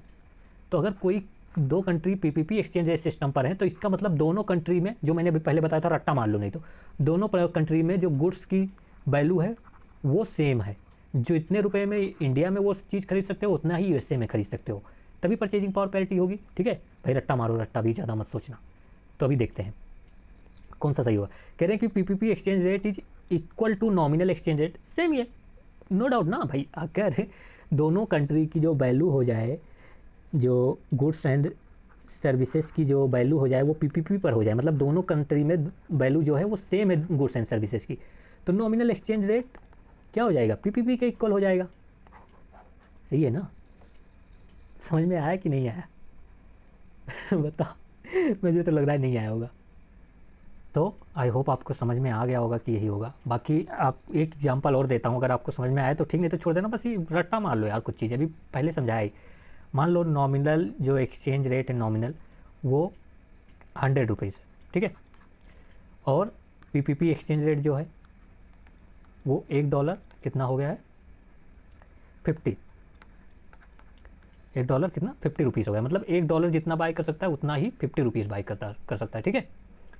तो एक बात याद रखना कि जो नॉमिनल एक्सचेंज रेट होता है, $1 का 100 बताया, नॉमिनल एक्सचेंज रेट होता है, it is decided by the currency demand and supply. मैंने ये पहले बताया, करेंसी की डिमांड जो होगी, सप्लाई जो होगी, उसके बेसिस पे नॉमिनल एक्सचेंज रेट होता है। यहाँ पर वैल्यू ऑफ गुड्स ज़्यादा मैटर नहीं करता कि डोमेस्टिक कंट्री में what is the inflation, what is the value of the goods, it is not much matter, it is based on the demand of the currency, demand and supply of the currency और value of the currency specially, you can say that, okay. तो कह रहे हैं कि अगर हमारा जो currency of two countries, मतलब ये करेंसी ऑफ दोनों कंट्रीज हैं, $1 100 रुपये के बराबर, they come at the PPP, this is currency value, this is goods value in both the countries, PPP is the goods value. फिर से मैं कह रहा हूँ, कंफ्यूज नहीं होना है। इट इज शोइंग दैट कि both the PPP is nothing but is showing that कि the same basket of the goods and services in the both the countries are same, ठीक है। फिर कंफ्यूज नहीं होना। फिर मैं कह रहा हूँ PPP about the purchasing power of the currency, okay. तो कह रहा है कि अगर ये दोनों करेंसी जो दोनों कंट्रीज की जो है, जो $1 है, अगर ये पीपीपी पर आ जाए, परचेजिंग पावर पैरिटी पर आ जाए, तो क्या होगा? तो जो नॉमिनल एक्सचेंज रेट है जो 100 है वो भी $1.50 का हो जाएगा। ओके, और ये होगा कब? मैं एक आपको वैसे भी दे रहा हूँ, पूरा PhD करा दूँ। ये कब? मान लीजिए कि ये इंडिया है और ये US है, ठीक है, और इनके बीच कोई भी RBI, SBI, गवर्नमेंट कोई रिस्ट्रिक्शन नहीं है ट्रेड में, क्वालिटी वगैरह कुछ, no restriction, there is no restriction on the trade, there is a free flow of the goods and services with the same quality in the both the countries, identical system is there. So what would be the exchange rate? Tell me, what would be the exchange rate if there is no restriction, the quality is same in both the countries? Of course it would be at PPP. Of course it would be at the PPP. It is not gonna happen that ki the same quality of the goods price is 10 rupees in India but it is in 20 rupees in US. It's not going to happen. Why? Because if there is something, तो सारे US के लोग तो India से ही by करेंगे सब कुछ ना, क्योंकि उनको 10 रुपीज़ में मिल रहा है वो चीज़ें, ठीक है। तो अगर ये सारे रिस्ट्रिक्शन हट जाए तो दोनों कंट्रीज़ की जो गुड्स ऑफ वैल्यू है वो सेम हो जाएगी। ये मैं बता रहा हूँ कंडीशन ये कब हो सकता है, लेकिन ऐसा क्यों नहीं होता? क्योंकि बहुत सारे रिस्ट्रिक्शन है। हम इम्पोर्ट ड्यूटी लगाते हैं, फिर एक्साइज ड्यूटी लगाते हैं, फिर कस्टम, फिर वैसे क्वालिटी रिस्ट्रिक्शन होते हैं, फिर हम एक्सचेंज जो नॉमिनल एक्सचेंज सिस्टम है उसको हम मैनेज करते हैं कि भाई ज़्यादा गिरे ना, हमारा एक्सपोर्ट जो है वो बढ़ता रहे। तो दैट इज़ द रीज़न, ठीक है। अगर आपने भाई इकॉनमी थोड़ा पढ़ा होगा तो आपको समझ में आ जाएगा, अभी नहीं पढ़ा होगा तो फिर मैं भी कुछ नहीं बोल सकता। ओके, फिर बताना तो फिर इसको डिस्कस कर लेंगे, तो ये याद रखना। ओके ओके, अच्छा एक बात मैं थोड़ा वैसे ही बता देता हूँ। जो रियल एक्सचेंज रेट होता है, real exchange rate it is equal to nominal exchange rate upon, ठीक है, foreign price level and domestic price level. तो आप कहोगे कि ये फॉर्मूला बताने का क्या मतलब है? अगर UPSC कभी पूछे तुमसे, कभी तुमसे पूछे कि नॉमिनल और रियल एक्सचेंज रेट में डिफरेंस क्या है, भाई बता दो, ठीक है। नॉमिनल एक्सचेंज रेट में और रियल एक्सचेंज रेट में UPSC पूछे कि what is the difference. So nominal exchange rate is which is purely, you can say that it is purely based on the, फिर से मैं बोल रहा हूँ, demand. It is a conversion rate. Simply आप कह सकते हो कि nominal exchange rate is the conversion currency rate. It is the rate at which one currency can be exchange to other currency, that is nominal exchange rate. It is not about the inflation counting, it is not adjusted with the inflation, it not adjusted with the, you can say that goods price level something, no, nothing. But the real जो exchange rate system है, it take account the price level in the both the countries. Okay, तो real exchange rate take the account of the price level in the both the countries. Have you got? जैसे मान लो यार, मैं फिर से लगता है जा रहा हूँ अलग। देखो भाई इतना याद रखो, बाकी फिर से आएगा तो समझा दूंगा। अभी ये याद रखो कि क्या अकाउंट और PPP क्या है। PPP श्योरली मतलब और कुछ नहीं, इट्स श्योरली बेस्ड ऑन कि both the countries what is the good, same जो गुड्स हैं उनके प्राइस का क्या लेवल है। अभी आप कहोगे तो रियल कैसे डिफरेंस है? रियल डिफरेंस है, रियल में डिफरेंस है कि यहाँ पर हम सारे गुड्स को लेंगे, सारे सर्विसेज को लेंगे, बहुत सारे कंट्रीज को लेकर देखेंगे इवेंट, ठीक है। और यहाँ पर हम नॉमिनल एक्सचेंज रेट को भी अकाउंट में करते हैं, इसको भी थोड़ा देखते हैं। तो ये डिफरेंस है भाई, ज़्यादा मत सोचना, नहीं तो ज़्यादा सोचने से और भी दिक्कत होगी। जाने दो, क्या ही करोगे इतना। मैं जब ये बोल रहा हूँ कि ज़्यादा मत सोचो, तो मेरा कहने का मतलब ये भी है कि बिना मतलब वहाँ पर टाइम लगाने का कोई मतलब नहीं है। जो क्वेश्चन आपको जब इजीली सॉल्व हो जाए तो उसमें बहुत डीप में जाने का कोई मतलब, कोई टीचर नहीं पढ़ाता। आप कहीं भी चले जाओ, कोई टीचर ऐसे नहीं पढ़ाता। तो भाई जितना हो रहा है उतने में ही खुश रहो, जितना बता दूँ उतने से ही आएगा, उससे डीप नहीं पूछेंगे वो। अगर वो रियल एक्सचेंज रेट पूछते हैं तो वो यही जानने का ट्राई करेंगे कि डू यू नो दैट कि real exchange rate account also it is मतलब take account of the inflation in both the countries, price level in the both the countries, nominal exchange rate between the countries. बस ये तीनों चीज़ें आपको पता होना चाहिए। फिर इसके बाद कोई मतलब नहीं होता कि आपको वो काउंट करने को नहीं देंगे, ठीक है। तो चिल यार, थोड़ी ना PhD करनी है। ओके, अभी ये PYQ है, फिर भी देख लेते हैं, बहुत पुराना PYQ है। कह रहे हैं कि if mister X has 20 crore in India, तो ये हमारा इंडिया हो गया और ये X भाई साहब हो गए, इनके पास 20 करोड़ है, okay, in India. And Y has 1 crore in US, तो ये US हो गया और यहाँ पर इसको 1 करोड़ है इसके पास, ठीक है। तो X has 20 crore, Y has 1 crore in US and India. And whatever mister X can consume in India with R S 20 crore the same item, यहाँ यही है truck, the same item can be consumed by mister Y in 1 crore in US. तो ये आप समझ चुके होंगे, ये कह रहे हैं कि 1 करोड़ में जितना वाई यूएस में गुड्स, मान लीजिए 1 करोड़ में उसको एक कार मिलती है यूएस में, उतने में 20 करोड़ में इंडिया में एक्स को एक कार सेम मिलेगी। तो ये नथिंग बट मतलब दोनों की, यहाँ पर दोनों का जो वैल्यू है वो सेम है, गुड्स का वैल्यू सेम है। तो ये क्या है, PPP, it is nothing but PPP पर है, ठीक है, सेम ना। तो यहाँ से आपको पीपीपी क्या मिल जाएगा, यहाँ से आपको पीपीपी मिल जाता है कि दोनों के जो आप, मैं यहाँ पर बताऊँ, दोनों का जो 20 करोड़ में इंडिया में खरीद सकते हैं वही 1 करोड़ में हम यूएस में खरीद सकते हैं गुड्स को। तो पीपीपी हमारा ये हो गया। अभी हम नेक्स्ट ऊपर देखते हैं और क्वेश्चन क्या है। ओके, तो यहाँ से हमें ये पता चल गया, अभी आगे क्वेश्चन दे, यहाँ से हमें ये क्या पता चल गया कि एक यूएस डॉलर अराउंड आप कह सकते हैं कि 20 रुपीज़ ना, एक यूएस डॉलर कितना है, 20 रुपीज़ का है, ठीक है। यही तो हुआ पीपीपी हमारा कि 1 crore is equal to 20 rupees, तो 1 US dollar equal to 20 rupees, sorry 1 crore equal to 20 crore, तो एक वो 20, आप समझ गए होंगे। तो अभी नेक्स्ट पर चलते हैं, क्या पूछ रहा है वो एक्सचेंज रेट सिस्टम याद रखना, ठीक है। पीपीपी क्या है हमारा, $1 इज इक्वल टू 20, 1 करोड़ भी बोल सकते हो, इसमें कोई नहीं है, ठीक है, 20 करोड़ भी अगर नहीं समझ में आता है। तो ये पीपीपी है क्योंकि दोनों सेम अमाउंट खरीद सकते हैं दोनों कंट्री। फिर कह रहे हैं कि ये both of them with their money, sorry, if both of them with their money met at place other than India and US then who will be richer. कह रहे हैं कि ये इंडिया है, ये यूएस है, यहाँ पर नहीं, वो लोग दुबई में मिलते हैं ठीक है। अभी देखो दोनों की परचेजिंग पावर तो सेम है अपने अपने डोमेस्टिक कंट्रीज में ना, तो दोनों की परचेजिंग पावर सेम है। तो अभी दुबई में कौन ज़्यादा रिच होगा ये पूछ रहे हैं। तो देखो it is all depend on the nominal exchange rate, it is depends on the nominal exchange rate कि दुबई में कौन ज़्यादा रिच होगा। मान लीजिए नॉमिनल एक्सचेंज रेट जो है हमारा वो 15 रुपये है, मान लीजिए 15 रुपीज़, तो दुबई में मतलब नॉमिनल एक्सचेंज रेट जो है 15 रुपये है, या वैसे ही मान लो कि नॉमिनल एक्सचेंज रेट 15 रुपये, तो $1 20 रुपीज़ के बराबर था, ठीक है, पीपीपी यही तो देखा था हमने।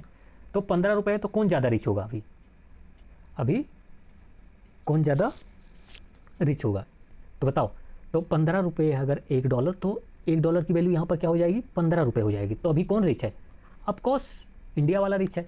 लेकिन अगर $1 25 हो जाए तो कौन रिच होगा, तो $1 अगर नॉमिनल एक्सचेंज रेट 25 है तो फिर एक्स ये यूएस वाला ज़्यादा रिच हो जाएगा, क्योंकि तब यहाँ इसके पास 20 ही बचेंगे इंडिया वाले के पास। तो it is all depend on the nominal exchange rate कि कौन ज़्यादा रिच होगा, समझ रहे हो ना।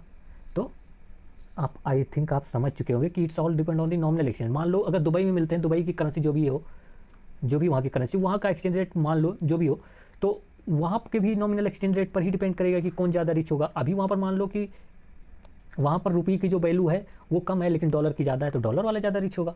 It's all depend on the nominal exchange rate, ठीक है। तो आपको ये पता चल गया, even in both the countries, अगर इंडिया में बात करें तो भी नॉमिनल एक्सचेंज रेट पे डिपेंड करेगा। आई होप आप समझ चुके होंगे, बहुत बड़ी बात नहीं, बहुत ही सिंपल है कि कौन ज़्यादा रिच होगा, बहुत सिंपल है कि नॉमिनल एक्सचेंज रेट पर ही डिपेंड करेगा, ठीक है। तो ये $1 का प्राइस क्या होगा इस पर डिपेंड कर जाएगा सब जगह पे ना, ओके, समझ में आ गया होगा आई थिंक। तो depend on the nominal exchange rate. Next पर देखते हैं 44, कह रहे हैं कि increase in India's trade deficit में lead to which of the following. कह रहे हैं कि अगर इंडिया के ट्रेड डेफिसिट इंक्रीज होता है, अब पहले देखो ट्रेड जो डेफिसिट है वो इंक्रीज कब होगा, जब इंपोर्ट हम ज़्यादा कर लें एक्सपोर्ट से। तो इंपोर्ट हम ज़्यादा कर लेंगे एक्सपोर्ट से तो हमारा ये ट्रेड डेफिसिट हो जाएगा, और ट्रेड डेफिसिट जब होगा तो हमारा क्या होगा, आउटफ्लो हो जाएगा, जो फॉरेन रिजर्व है, जो डॉलर है हमारे पास जिसका, उसका आउटफ्लो हो जाएगा, ठीक है। तो अगर ट्रेड डेफिसिट है तो क्या ट्रेड डेफिसिट के रीजन से क्या हो सकता है, क्या हो सकता है, ठीक है। कह रहे कि if there is a trade deficit, तो पहला कह रहे हैं कि increase in money supply in the economy, तो it can increase the money supply in the economy, okay. देखिए सिंपल सी बात है, जब ट्रेड डेफिसिट होगा तो इसका मतलब ये है कि इंपोर्ट ज़्यादा हो रहा है, और इंपोर्ट ज़्यादा हो रहा है तो इंपोर्ट करने के लिए डॉलर की डिमांड ज़्यादा बढ़ेगी, और डॉलर की डिमांड ज़्यादा बढ़ेगी तो क्या होगा, डॉलर का वैल्यू ज़्यादा बढ़ जाएगा, और डॉलर का ज़्यादा वैल्यू बढ़ जाएगा तो उसके अगेंस्ट रुपी क्या हो जाएगी, डेप्रीशिएट हो जाएगी। जिसकी भी वैल्यू बढ़ेगी, जिसका भी वैल्यू बढ़ेगा वो अप्रीशिएट होगा, ठीक है, और जिसके अगेंस्ट में बढ़ेगा वो डेप्रीशिएट होगा। मान लो, समझ में आया कि नहीं, पहले ये बताओ। आई होप आपको आया होगा, ठीक है। तो अगर देर इज अ टोमेटो और onion, if the value of the और डिमांड ऑफ द टोमेटो और onion increase then their value will increase, ठीक है। Like same thing, if dollar demand increase for the import cost then the value of the dollar will increase, and value of the dollar increase means if $1 was sold out before at 50 rupees, now it is selling at 100 rupees. This is the increase of the value of the dollar. मान लो कि पहले किसी की value increase होने के पहले जो onion था वो 50 रुपये में बिक रहा था, अब वो 100 रुपये में बिक रहा है। तो इसका मतलब क्या हो, ऑनियन की वैल्यू इंक्रीज हो गई। तो अभी अगर डॉलर 100 रुपये में बिक रहा है, पहले 50 में बिक रहा था, तो डॉलर की वैल्यू इंक्रीज हो गई। और this is also another showing that कि the rupee value have depreciated. How? कि पहले जो 50 रुपये खरीद सकता था, now the same amount of dollar, if one have to buy it, he has to pay the 100 rupees to buy same amount of dollar to import. Okay?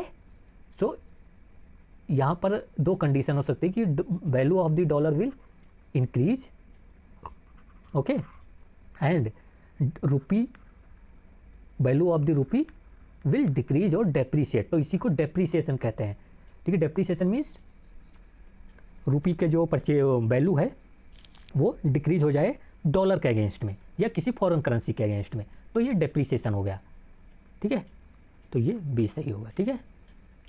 I hope you are getting my point, okay. तो ये आपको पता चल गया होगा, ठीक है, कि डेप्रीशिएट हो जाएगी। और इसका उल्टा भी सही है, तो उल्टा भी याद रखना कि अगर value of the dollar decrease होती है तो मनी क्या हो जाएगी, रुपी क्या हो जाएगी, अप्रिशिएट हो जाएगी।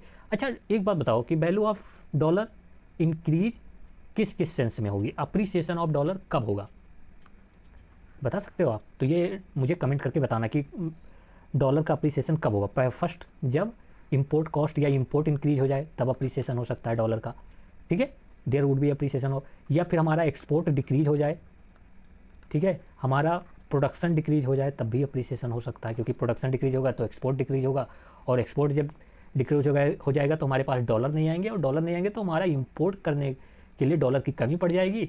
ऑयल जो है, क्योंकि हमारी बहुत सारी चीज़ें हैं जो हम इंपोर्ट डिपेंडेंसी है 100%, तो वहाँ पर हमारी डॉलर की वैल्यू इंक्रीज हो जाएगी, ठीक है, इंडिया के करेंसी के अगेंस्ट में, रुपी के अगेंस्ट में, ठीक है।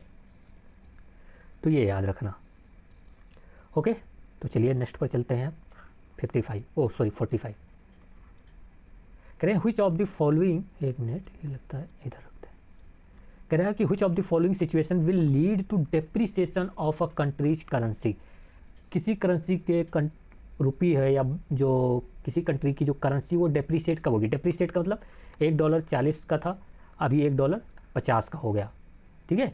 तो मतलब यहाँ पर क्या हो गया, करेंसी डेप्रिसिएट हो गई डॉलर के अगेंस्ट में, ठीक है। सेम हो गया, समझ में आ गया, ओके। तो वैल्यू क्या है जो करेंसी की, वो डिक्रीज हो गई है, ठीक है। तो यही डेप्रिसिएशन। तो डेप्रिसिएशन मतलब कौन सी ऐसी सिचुएशन है जिससे ये सिचुएशन हो जाएगी, तो वो क्या बताना है हमें। तो चलिए देखते हैं। तो फर्स्ट स्टेटमेंट कह रहा है कि, फिर से पढ़ लेते हैं कुछ। कह रहे हैं which of the following situation will lead to depreciation of country currency. कह रहे कि अगर फॉरेन इन्वेस्टमेंट इनफ्लो है, भाई देखो यहाँ पर कह रहे कि अगर फॉरेन इन्वेस्टमेंट फ्लो होगा तो करेंसी की जो वैल्यू है वो डेप्रिसिएट हो जाएगी। नहीं, अगर मान लो इंडिया में डॉलर बहुत आ जाए, बहुत फ्लडेड हो जाए, Indian market would flood with the dollar, so what would happen if there is a market और there is a agriculture market which it flooded with the onion or tomato, the value of onion and tomato will decrease. Same will apply to the dollar. If the Indian market is flooded with the dollar, the value of the dollar will decrease, and if the value of the dollar will decrease, the Indian currency will appreciate. So there would be the appreciation of the Indian currency. Okay, have you got? So if there is a $1 100, now there is a lot of dollar is coming in Indian market. So what would happen? So the demand of the dollar will decrease, or we can say that rupee demand will increase. Why?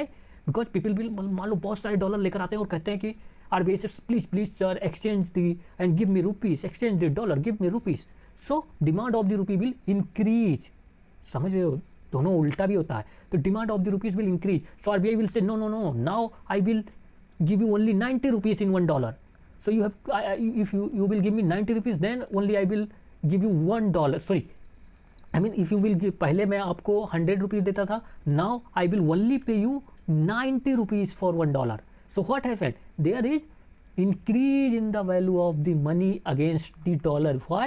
Because in India there is a lot of dollar is coming and they are trying to exchange with the rupee, so rupee demand have increased, and if anything demand have increased, its value will increased. So foreign investment inflow होगा तो dollar की value कम होगी, रुपये की value ज़्यादा होगी, तो depreciation नहीं होगा कंट्री के करेंसी का, but it would be appreciation. So appreciation means if there was $1 at 50, now it would be $1 at 20. Okay, तो it is appreciation, rupee appreciation हुआ. ठीक है, तो ये तो नहीं होगा. सेकेंड कह रहा है कि राइज इन इंटरेस्ट रेट. कह रहे हैं कि अगर उस कंट्री में इंटरेस्ट रेट जो है वो बहुत ज़्यादा है तो उस कंट्री की जो डोमेस्टिक करेंसी है वो डेप्रिसिएट हो जाएगी या उसकी वैल्यू कम हो जाएगी. मान लो कि इंडिया में के जो बॉन्ड है या इंडिया के जो शेयर्स हैं, कंपनी के जो शेयर्स हैं वो मतलब कह रहे हैं राइज हो रहे हैं कि मान लो पहले 10% देते थे interest rate, now they are paying around 30%. So foreigner क्या करेंगे, ओ भाई Indian market are growing at 30%, Indian bond market are growing at 30% per annum, so they will come with a lot of dollar to invest in the Indian market, so it will lead to foreign investment flow, तो inflow of the foreign investment. So again it will not depreciate but appreciate the currency. Okay, same it goes with the deposit. If Indian bank are paying a lot of deposit to the customers, so foreigner what will do? They will come with the dollar and exchange the dollar with the rupee to deposit in the bank. So when they exchange, the rupee demand will increase, and when the rupee demand will increase, the dollar value, or we can say the rupee will appreciate, not depreciate. So यहाँ पर first और second both will encourage. C कह रहा है कि increase in export, same is good. If there is we are exporting a lot, then it will lead to investment flow to inflow to India और domestic currency, and investment inflow to India lead to, और अगर मान लो हम export करते हैं तो हमें बहुत सारे डॉलर मिलेंगे, और जब डॉलर ज़्यादा होंगे तो सेम सिचुएशन, तो ये भी नहीं होगा. तो none of the above. Okay, none of the above. अच्छा, ये बहुत बार एक क्वेश्चन पूछा जाता है, तो आप इसमें सेम रहो कि मान लो कि करंट इंडियन रुपी कब अप्रिसिएट होगी डॉलर के अगेंस्ट, सोचो और बताना. जैसे मैं बात बता दूं, जब हमारा एक्सपोर्ट इंक्रीज होगा तब अप्रिसिएट होगी, जब हम इन्वेस्टमेंट ज़्यादा पाएंगे तब अप्रिसिएट होगी. इन्वेस्टमेंट में बोल सकता हूँ कि एफडीआई बहुत फ्लो होता है इंडिया में तब, या फिर मैं कह सकता हूँ इन्वेस्टमेंट में कि कैपिटल इनफ्लो हो रहा है इंडिया में तब रुपी हमारी अप्रिसिएट हो. यहाँ अप्रिसिएशन का बता रहा हूँ. और क्या होगा, जब हमारा ट्रेड सरप्लस होगा तब भी रुपी अप्रिसिएट होगी. और क्या होगा, जब हमारे इंटरेस्ट रेट कंट्री में हाई होगा तब भी रुपी अप्रिसिएट होगी. और क्या होगा, जब हमारा ग्रोथ ज़्यादा होगा कंट्री के इकोनॉमी में तब भी रुपये अप्रिशिएट होगी. जब डिपॉजिट इंटरेस्ट रेट ज़्यादा होगा तब भी रुपये अप्रिशिएट होगी. एक बार सीडीएस में यूपीएससी ने पूछा था कि जब पॉलिटिकल स्टेबिलिटी होगी और इकोनॉमिक स्टेबिलिटी होगी कंट्री में तब भी हमारी रुपये अप्रिशिएट होगी. क्यों? क्योंकि जब पॉलिटिकल स्टेबिलिटी होगी तो हमारे देश में इन्वेस्टमेंट ज़्यादा आएगा और सेम सिचुएशन हो जाएगी. अच्छा, पॉलिटिकल स्टेबिलिटी नहीं होगी तो क्या होगा, पाकिस्तान जैसा हाल कि हमारे देश में तो फॉरेन इन्वेस्टमेंट ही नहीं आ रहा है. पॉलिटिकल स्टेबिलिटी होगी तो क्या होगा, टूरिज्म बढ़ेगा तो लोग बाहर से आएंगे और डॉलर लेकर आएंगे, इंडिया में एक्सचेंज करेंगे, रुपये की वैल्यू बढ़ेगी, रुपये का डिमांड बढ़ेगा, अप्रिसिएशन होगा. तो ये भी पॉलिटिकल, तो भी हमारा क्या होगा, रुपये अप्रिसिएट हो जाएगी. ठीक है, तो ये सब याद रखो भाई, बहुत ही इंपॉर्टेंट है. तो ये सारी बातें याद रखना. अभी 46 पर चलते हैं.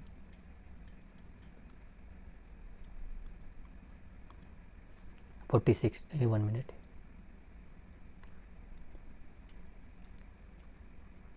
कह रहे हैं कि द एक्सपोर्ट कम्पिटिटिवनेस जो होता है of a country with its trading partners.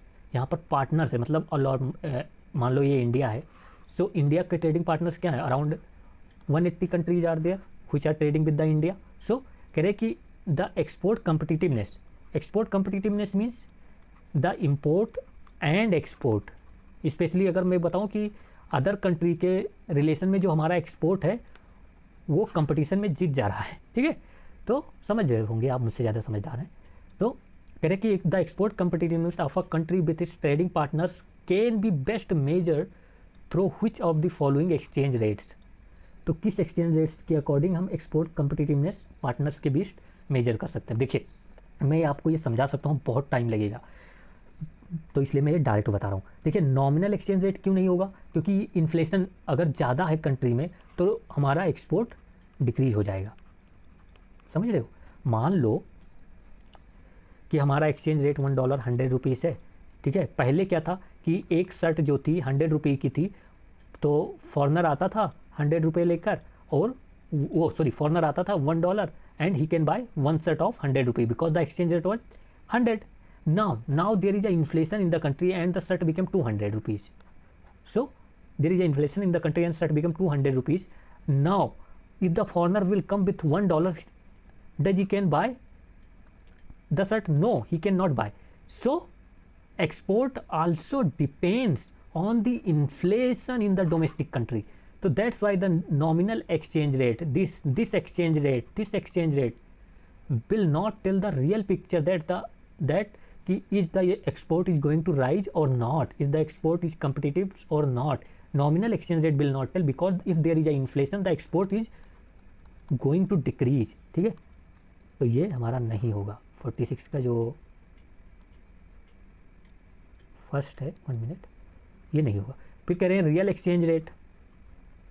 देखिए रियल एक्सचेंज रेट जो है हमारा, ये डोमेस्टिक प्राइस लेवल तो देखता है, but it's not account the average price level.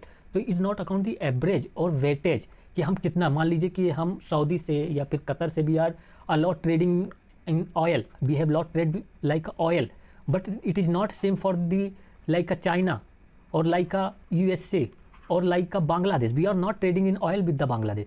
सो हमारा रियल में कहाँ पता चलेगा? रियल में तो देखिए नॉमिनल तो दोनों केस में नहीं होगा, ना नॉमिनल यहाँ पर होगा ना नॉमिनल यहाँ पर होगा। Now it would be effective, कि कितना इफेक्टिवली राइज हुआ है हमारा, या कितना रियल में हमारा इफेक्टिव एक्सचेंज रेट है, that give the real picture of the export competitiveness. देखिए मैं फिर से बता दे रहा हूँ, अगर यहाँ पर रियल इफेक्टिव एक्सचेंज रेट नहीं होता तो रियल एक्सचेंज रेट पे हम जाते हैं ऑप्शन पे, but real effective exchange rate है विच टेल दी एवरेज, और वेटेज एवरेज बताता है डिफरेंट करेंसी से।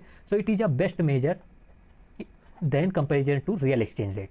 ओके, और रियल एक्सचेंज रेट का फॉर्मूला मैंने आपको पहले ही बता दिया था, और वहीं पर इसीलिए मैंने बताया भी था, क्योंकि रियल एक्सचेंज रेट क्या करता है, domestic price level and foreign price level दोनों को काउंट करता है। ठीक है, तो real exchange rate count the both nominal exchange rate and price level of the countries. So effective exchange rate क्या करेगा, डिफरेंट कंट्रीज का जो वेटेज हो एवरेज होगा उसको काउंट करता है, तो इसलिए ये ज़्यादा फेवरेट है मेजर करने के लिए। Okay, I hope you got my point. ठीक है, तो ये याद रखना। देखिए नहीं समझ में आएगा, अगर आपको चाहिए होगा कि उसको पूरा वो बताएं तो वो अकेले भाई 50 मिनट का टॉपिक है, तो वो भी कहोगे तो बता दिया जाएगा, बट मुझे लगता है इससे ज़्यादा वो नहीं पूछेंगे।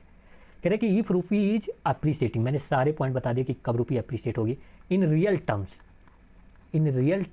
With respect to US dollar, then कह रहे रूपी अप्रिशिएट हुए रियल टर्म्स में, नॉमिनल नहीं, यहाँ पर रियल में पूछा, रियल एक्सचेंज रेट में पूछा।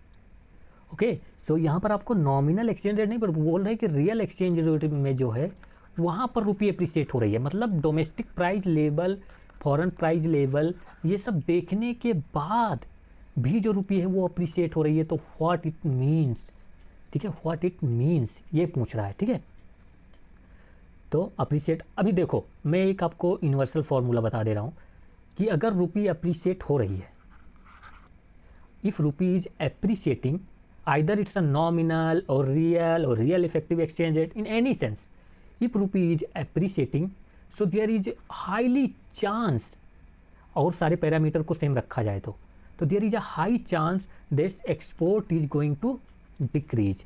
ये याद रखना, if rupee is appreciating then the export will decrease। ठीक है, तो एक्सपोर्ट कम्पिटिटिवनेस हमारा क्या हो जाएगा, डिक्रीज हो जाएगा। बट इफ़ रुपी इज डेप्रीसिएटिंग तो क्या होगा, हमारा एक्सपोर्ट कम्पिटिटिवनेस क्या हो जाएगा, इंक्रीज हो जाएगा।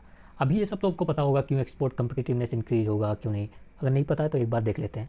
ठीक है, मान लो 1 मिनट, मान लो $1 था, हाँ 50 रुपीज़ मान लेते हैं, $1 50 रुपीज़ है। ठीक है, तो पहले क्या था कि 50 रुपये में एक शर्ट मिल जाती थी, तो $1 लेकर आओ, एक शर्ट लेकर जाओ, सिंपल सी बात है ना। ठीक है, बट क्या हुआ, रुपी डेप्रिशिएट हो गई। तो अभी $1 की प्राइस क्या हो गई, 100 रुपीज़। तो अभी आप $1 लेकर आओगे, ये शर्ट की प्राइस क्या थी, 50 रुपीज़ थी। तो अभी $1 लेकर आओगे तो कितने शर्ट मिलेंगे आपको, 2 शर्ट मिल जाएंगे, क्योंकि जो अभी भी शर्ट की प्राइस क्या है, 50 रुपीज़ है। और $1 की प्राइस अब क्या हो गई, लेकिन 100 रुपीज़ हो गई। तो $1 लेकर आएगा कोई foreigner, now he will exchange in rupees, it will become 100 and now he can buy the 2 shirts. Now he can buy the 2 shirts. So foreigner will be happy and he will come again and again and again to buy the Indian shirt because he is getting the cheap price. So the export in the country will increase because the rupee have depreciated. Simple, ऐसे appreciation इसका उल्टा लगा के देखना, आराम से समझ जाओ, ठीक है। तो ये यहाँ पर आपका सही हो जाएगा। ओके, अभी नेक्स्ट पर चलते हैं। 48 है, यहाँ पर है ये क्वेश्चन। ओके, 48 देखते हैं। कह रहा है कि इफ़ रुपी इज डेप्रीशिएटिंग, फिर से डेप्रीशिएटिंग का मतलब पता ही है कि $1 50 था, अब वो 100 हो गया। तो if rupee is depreciating then it lead to increase in cost of imports. याद रखना, यही पर टैप्स है, cost of imports in dollar, cost of imports in dollar. अभी देखो, $1 50 था, 100 होगा। ये डेप्रीशिएट की मीनिंग है, यही हमारी डेप्रीशिएट की मीनिंग है, ठीक है। तो मान लो पहले मान लीजिए ये रमेश है, ये ट्रेडर है, इम्पोर्टर्स है। तो ये पहले 50 रुपये लेकर जाता था, ठीक है, इम्पोर्ट मतलब उसे इम्पोर्ट करना था कोई चीज़, मान लीजिए कि मोबाइल, जिसकी प्राइस $1 थी। तो पहले क्या था कि वो 50 रुपये लेकर जाता था, उसको एक्सचेंज करता था फॉरेक्स डीलर के पास। Now he have $1, now he can import the mobiles. Now the rupee have depreciated to 100. Rupee has depreciated to 100. So now he has to go with the forex dealer with 100 rupee to buy $1, and now he can buy the mobile. So now tell me, does cost in dollar have increased? Not at all. Cost in rupee have rise, but not in dollar, because the mobile price was $1 and it is $1 in the present even. Okay. So rupee depreciate हुई है, but dollar में कोई change नहीं आया। इसलिए अगर यहाँ पर रुपी होता कि cost in rupee will increase, then it would be correct, but cost in dollar would be same, तो ये इनकरेक्ट हो जाएगा। सेकेंड कह रहे हैं कि if rupee is depreciating then it, यहाँ देन लिखा, then it leads to earning more dollar per unit of export. Same thing है। तो मान लो पहले ये रमेश एक्सपोर्टर भी है, इंपोर्टर तो था ही, एक्सपोर्टर भी है, इसको एक मोबाइल एक्सपोर्ट करना है। पहले तो क्या था, पहले जब, रुक जाओ मुझे लगता है फिर से ही बताना पड़ेगा, 1 मिनट। हाँ, फर्स्ट ऑप्शन तो इनकरेक्ट है, मैंने बताया। अब सेकेंड ऑप्शन देखते हैं। कह रहे हैं कि इफ रुपी इज डेप्रीशिएटिंग, तो $1 जो 50 रुपये था वो डेप्रीशिएट होके 100 रुपीज़ हो गया, ठीक है। तो ये रुपी डेप्रीशिएट हो गई। Then it leads to earning more dollar per unit of export. तो मान लो रमेश है, इसके पास एक मोबाइल है जिसकी प्राइस पहले क्या थी, 50 रुपये थी। प्राइस क्या थी, 50 रुपये थी। तो वो एक्सपोर्ट करता था, तो उसको क्या मिलता था, $1 मिल जाता था, ठीक है। तो $1 उसको मिल जाता था, ठीक है। अभी रुपी डेप्रीशिएट होकर ये मोबाइल की प्राइस 50 रुपये ही है, ओके। अभी रुपी डेप्रीशिएट होकर कितने हो गई, 100 हो गए। अभी ये मोबाइल लेकर जाएगा, ठीक है, मोबाइल लेकर जाएगा सेल करने के लिए, तो वो कितना देगा, 1 मिनट, ठीक है।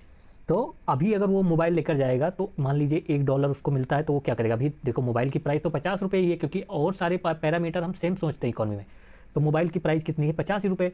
तो अभी वो फॉरनर जो अगर $1 देगा तो इसको क्या देना पड़ेगा, 2 मोबाइल देना पड़ेगा, या फिर वो $0.5 देगा। तो यहाँ पर देखो, अर्निंग मोर डॉलर, भाई ज़्यादा डॉलर तो मिलने वाले ही नहीं है ना, या तो कम मिल जाएगा डॉलर या तो सेम मिलेगा, बट ज़्यादा नहीं मिलने वाले हैं। तो earning per more dollar is not going to appear. तो जो डॉलर में अर्निंग है या इम्पोर्ट कॉस्ट है वो सेम ही रहेगा, क्योंकि डॉलर चेंज नहीं हो रहा है। आप दूसरे तरीके से भी समझ सकते हैं इसको, कि कोई फॉरनर है वो ख़रीदने आया, तो पहले $1 थे 50 रुपीज़, अब 100 हो गया। और ये एक मोबाइल है जिसकी प्राइस मान लो 50 रुपीज़ थी, 50 रुपीज़ है, ठीक है। इसकी प्राइस कितनी है, 50 रुपीज़ है। तो पहले वो फॉरनर आता था, $1 देता था और ये मोबाइल लेकर चला जाता था। अभी वो फॉरनर आएगा, $1 देगा, 2 मोबाइल लेकर चला जाएगा।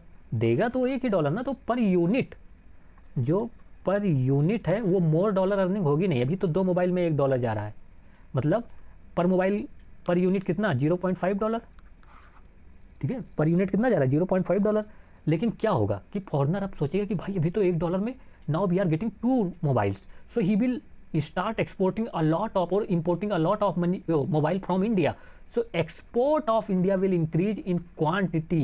So it will lead to increase in export of India. But ये नहीं होता कि पर यूनिट हम ज़्यादा डॉलर कमा लेंगे, ठीक है। तो डेप्रिसिएशन से हमारा क्या होता है, नंबर ऑफ एक्सपोर्ट बहुत इंक्रीज हो जाता है। पहले लोग 10 ही क्वांटिटी में एक्सपोर्ट होता था, तो क्योंकि रुपी डेप्रिसिएट हो गई तो अभी वो 20-30 मतलब क्वांटिटी इंक्रीज हो जाएगी एक्सपोर्ट की, तो उस सेंस में हमारा एक्सपोर्ट इंक्रीज हो जाता है रुपी डेप्रिसिएट होने से। नहीं समझ में आया होगा तो ये बहुत सिंपल कॉन्सेप्ट है, मैं फिर से बता दूंगा, नथिंग मतलब कुछ ऐसा नहीं है, बहुत ईजी है, समझ जाओगे। ओके, बताना। तो यहाँ पर ये भी इनकरेक्ट, ये भी इनकरेक्ट, तो डी। सिंपल सा एक रट्टा भी मार सकते हो कि जो डॉलर का है उसमें कोई चेंज नहीं आया तो उससे कुछ चेंज नहीं आएगा। ओके, 49 देखते हैं। नहीं समझ में आया होगा तो वो क्वेश्चन अच्छा है तो बताना जरूर। मैंने थोड़ा उल्टा लेकर समझाया इसलिए आपको थोड़ा वो शायद न समझ में आया हो। कह रहा है कि which of the following will be the impact of rupee depreciation. Impact, ये ऐसे क्वेश्चन आते हैं भाई, सीरियसली में ऐसे क्वेश्चन यूपीएससी है become seriously he had make the convention to ask this type of question. Okay, so let's solve this. First कह रहा है कि रुपी डेप्रिसिएशन का इम्पैक्ट बताना है कि export will become more competitive. मैंने आपको कई बार बताया कि जब रुपी डेप्रिसिएट होगी तो एक्सपोर्ट ज़्यादा होगा, अप्रिसिएट होगी तो रुपी तो एक्सपोर्ट कम्पिटिटिवनेस कम हो जाएगा। फिर कह रहे हैं कि exporter will fetch more dollar for the same amount of goods exported. अभी वही सेकेंड ऑप्शन था कि डॉलर ज़्यादा नहीं मिलेगा, dollar either would be same और लेस पर एक्सपोर्ट। तो exporter will not fetch more dollar, he is going to fetch more rupees, you can say that. In other sense you can say that he are going to fetch more rupees but not more dollar per export of good exported, ठीक है। तो ये incorrect हो जाएगा। Okay, फिर कह रहे हैं कि demand for domestic goods and services will increase. Why increase? Because now at the same amount foreigners are getting more goods. पहले एक मोबाइल मिलता था, अभी 2 मिल रहा है सेम अमाउंट में। So it will lead to demand, rise in the demand of the goods and service of domestics. So ये correct है, तो 1 एंड 3 इज करेक्ट, ठीक है। कन्फ्यूज मन नहीं होना, बहुत ही अच्छा क्वेश्चन है, कंफ्यूज नहीं होना है, 1 and 3 would be correct. Okay, so कह रहे हैं कि suppose due to higher domestic inflation rupee started depreciating but RBI used the forex reserve to prevent the depreciation of rupee, then consider the following statements. मतलब ये कह रहे हैं कि the 1 kg onion price was 50 rupees but due to inflation it becomes the 100 rupees per kg। Okay, so it's means nothing but depreciation of the value of the rupees. Okay, so to stop this depreciation or to stop the depreciation of the rupees, RBI used the forex reserve. तो RBI ने क्या किया कि अभी $1 जो 50 था वो 100 हो गया। तो RBI हैव डन दैट कि अभी अगर डॉलर की प्राइस जो है उसको फिर से 50 करना है तो क्या करना पड़ेगा, डॉलर की जो डिमांड है मार्केट में उसको पूरी कर दो, to complete the demand of the dollar in the market and to complete RBI will start selling the dollar in the market and sucking the money. तो over money will sucked by the RBI, और कह सकते हैं कि सारी money जो over money supply है market में, जिसके रीजन से मनी की जो वैल्यू है वो डेप्रिसिएट हो रही है, जो रुपये की वैल्यू डेप्रिसिएट हो रही है, उसको आरबीआई पूरा खींच लेगा और डॉलर ले आएगा, जिससे डॉलर की जो वैल्यू है, डिमांड जो है वो डिक्रीज होगी और रुपये क्या होने जाएगी, अप्रिसिएट होने हो जाएगी। यहाँ तक समझ में आया? तो रुपये will start appreciation. So appreciate हो रही है तो क्या इम्पैक्ट होगा? फिर पहले देखते हैं कि कोई अप्रिसिएशन होगा तो हमें पता है क्या होता है, एक्सपोर्ट जो होगा वो डिक्रीज होगा, एक्सपोर्ट जो होगा डिक्रीज होगा। तो ट्रेड पर कोई इम्पैक्ट नहीं होगा, ये तो इनकरेक्ट है, तो 4 इनकरेक्ट हो गया, ठीक है। फिर कह रहे हैं कि export will become more competitive. 3 देखो, हमने देखा कि एक्सपोर्ट जो है वो डिक्रीज होगा, ना कि मोर कम्पिटिटिव होगा, तो 3 भी रॉन्ग, तो ये भी रॉन्ग। 1 मिनट, अरे ये भी रॉन्ग, 4 भी रॉन्ग, तो ओनली 1 इज करेक्ट। तो इसका मतलब जो रियल इफेक्टिव एक्सचेंज रेट है वो इंक्रीज हो जाएगा, इंक्रीज मतलब अप्रिसिएट हो जाएगा। बिल्कुल सही बात है ना, रियल इफेक्टिव एक्सचेंज रेट या जो रियल एक्सचेंज रेट है वो अप्रिसिएट हो जाएगा। सिंपल सी बात है, बहुत ज़्यादा इसमें नहीं जाना है। ओके, तो ये याद रखो। देखो यहाँ पर ये सब सारी चीज़ें बाकी वैसे ही थी। सिंपल से आपको याद रखना था, ये यही पूछना चाह रहा है कि अगर रुपी डेप्रिसिएट हो रही है और आरबीआई ने फॉरेक्स रिजर्व से पैसे निकाले, डॉलर निकाला और सेल किया मार्केट में, ठीक है, तो डॉलर की डिमांड मार्केट में डिक्रीज हो गई, तो रुपी क्या हो जाएगा, रुपी की वैल्यू इंक्रीज हो जाएगी, अप्रिसिएशन स्टार्ट हो जाएगा। और जब अप्रिसिएशन स्टार्ट हुआ तो क्या इम्पैक्ट पड़ेगा, तो इसका इम्पैक्ट क्या होगा, पहली बार ऐसा हो ही नहीं सकता कि ट्रेड पर इम्पैक्ट ना पड़े जब डेप्रिसिएशन और अप्रिसिएशन हो रहा है रुपी का, ठीक है। ये भी जब अप्रिसिएशन होने लगा रुपी का, जब रुक गया, तो इसका ये भी मतलब नहीं कि जो ट्रेड है वो एक्सपोर्ट जो है वो हमारा कंपिटिटिव हो जाएगा, नहीं, लेस कंपिटिटिव हो जाएगा, ठीक है। फिर एक बात याद रखना कि जब भी अप्रिसिएशन होता है रुपी का तो जो रियल इफेक्टिव एक्सचेंज रेट होता है वो इंक्रीज होता है, जब डेप्रिसिएशन होता है तब डिक्रीज होता है, सिंपल सी बात है, ठीक है। तो इसमें ज़्यादा नहीं सोचना है, ओके। 1 मिनट, ओके भाई। तो अपनी लाइफ भी थोड़ा इजी रखो, मेरी भी लाइफ इजी रखो, सिंपल सा ये याद रखो कि जब जो रियल इफेक्टिव एक्सचेंज रेट है when it will be increased then it will be appreciation of rupees and it will lead to export decrease, या फिर रियल जो इफेक्टिव एक्सचेंज रेट है जब डिक्रीज होगा तो डेप्रिसिएशन ऑफ रुपीज़ होगा, ठीक है, एंड एक्सपोर्ट विल इंक्रीज। भाई सिंपल सा याद रखो, बहुत ज़्यादा ही नहीं। और एक बात याद रखना कि जब भी मैं आपको ट्रिक भी बता दे रहा हूँ, क्योंकि मुझे पक्का पता है कि मैं इसको अगर 25 मिनट लेकर ये समझा भी दूँ तब भी आप भूल जाओगे। तो एक बात याद रखना, जो ये रियल इफेक्टिव एक्सचेंज रेट है, it is one of the best measure to measure the trade competitiveness. मैंने पहले भी यही इसीलिए ये चूज किया था। तो always choose real effective exchange rate over nominal exchange rate for when it is about the trade competitiveness. भाई ये क्वेश्चन मुझे बहुत ज़्यादा फीलिंग है कि आ सकता है, ओके भाई रट्टा मार लो यार, 2 चीज़ 3 पॉइंट। अभी इसमें वैसे रट्टा पूरा मैं मारने को भी नहीं बोल रहा हूँ, ठीक है। मैंने बताया रियल इफेक्टिव एक्सचेंज रेट का क्या फॉर्मूला होता है कि दोनों कंट्री के जो डोमेस्टिक प्राइस लेवल होता है वो भी कैलकुलेट किया जाता है, नॉमिनल एक्सचेंज रेट को भी अकाउंट किया जाता है। सो वो सब मैंने आपको कंपोनेंट बता दिए हैं, उससे ज़्यादा नहीं पूछेगा ये, ओके। अभी ये 51 पर चलते हैं। अच्छा, मैं क्या सोच रहा हूँ कि we have done now and it is around 2 hours. तो अभी आप ये वीडियो जब मैं अपलोड करूँगा, now you have to tell me that कि स्पीड इज़ ओके और not. Should I increase the speed and less explanation because you are going to give the prelims? So should I do that, or should I more explain and decrease the speed, or should this speed is almost perfect and no need to the increase and decrease? But if you want to at this speed, then you know it is going to more than 50 hours classes. Seriously, in any cost it is going to increase because every concept is very very deep in this. I know I have skipped the 3 to 4 concept knowingly I skipped that because I knew that if I will go there it is going to take my around 1 hour or even more. So please tell me that ki you are if you have a good knowledge in the economy, so I can increase the speed without any concern कि आप लोग पकड़ लो। क्योंकि अभी मैं एक point आपको एक कॉन्सेप्ट से बताता हूँ, then I self have feeling that कि you have not understood till now.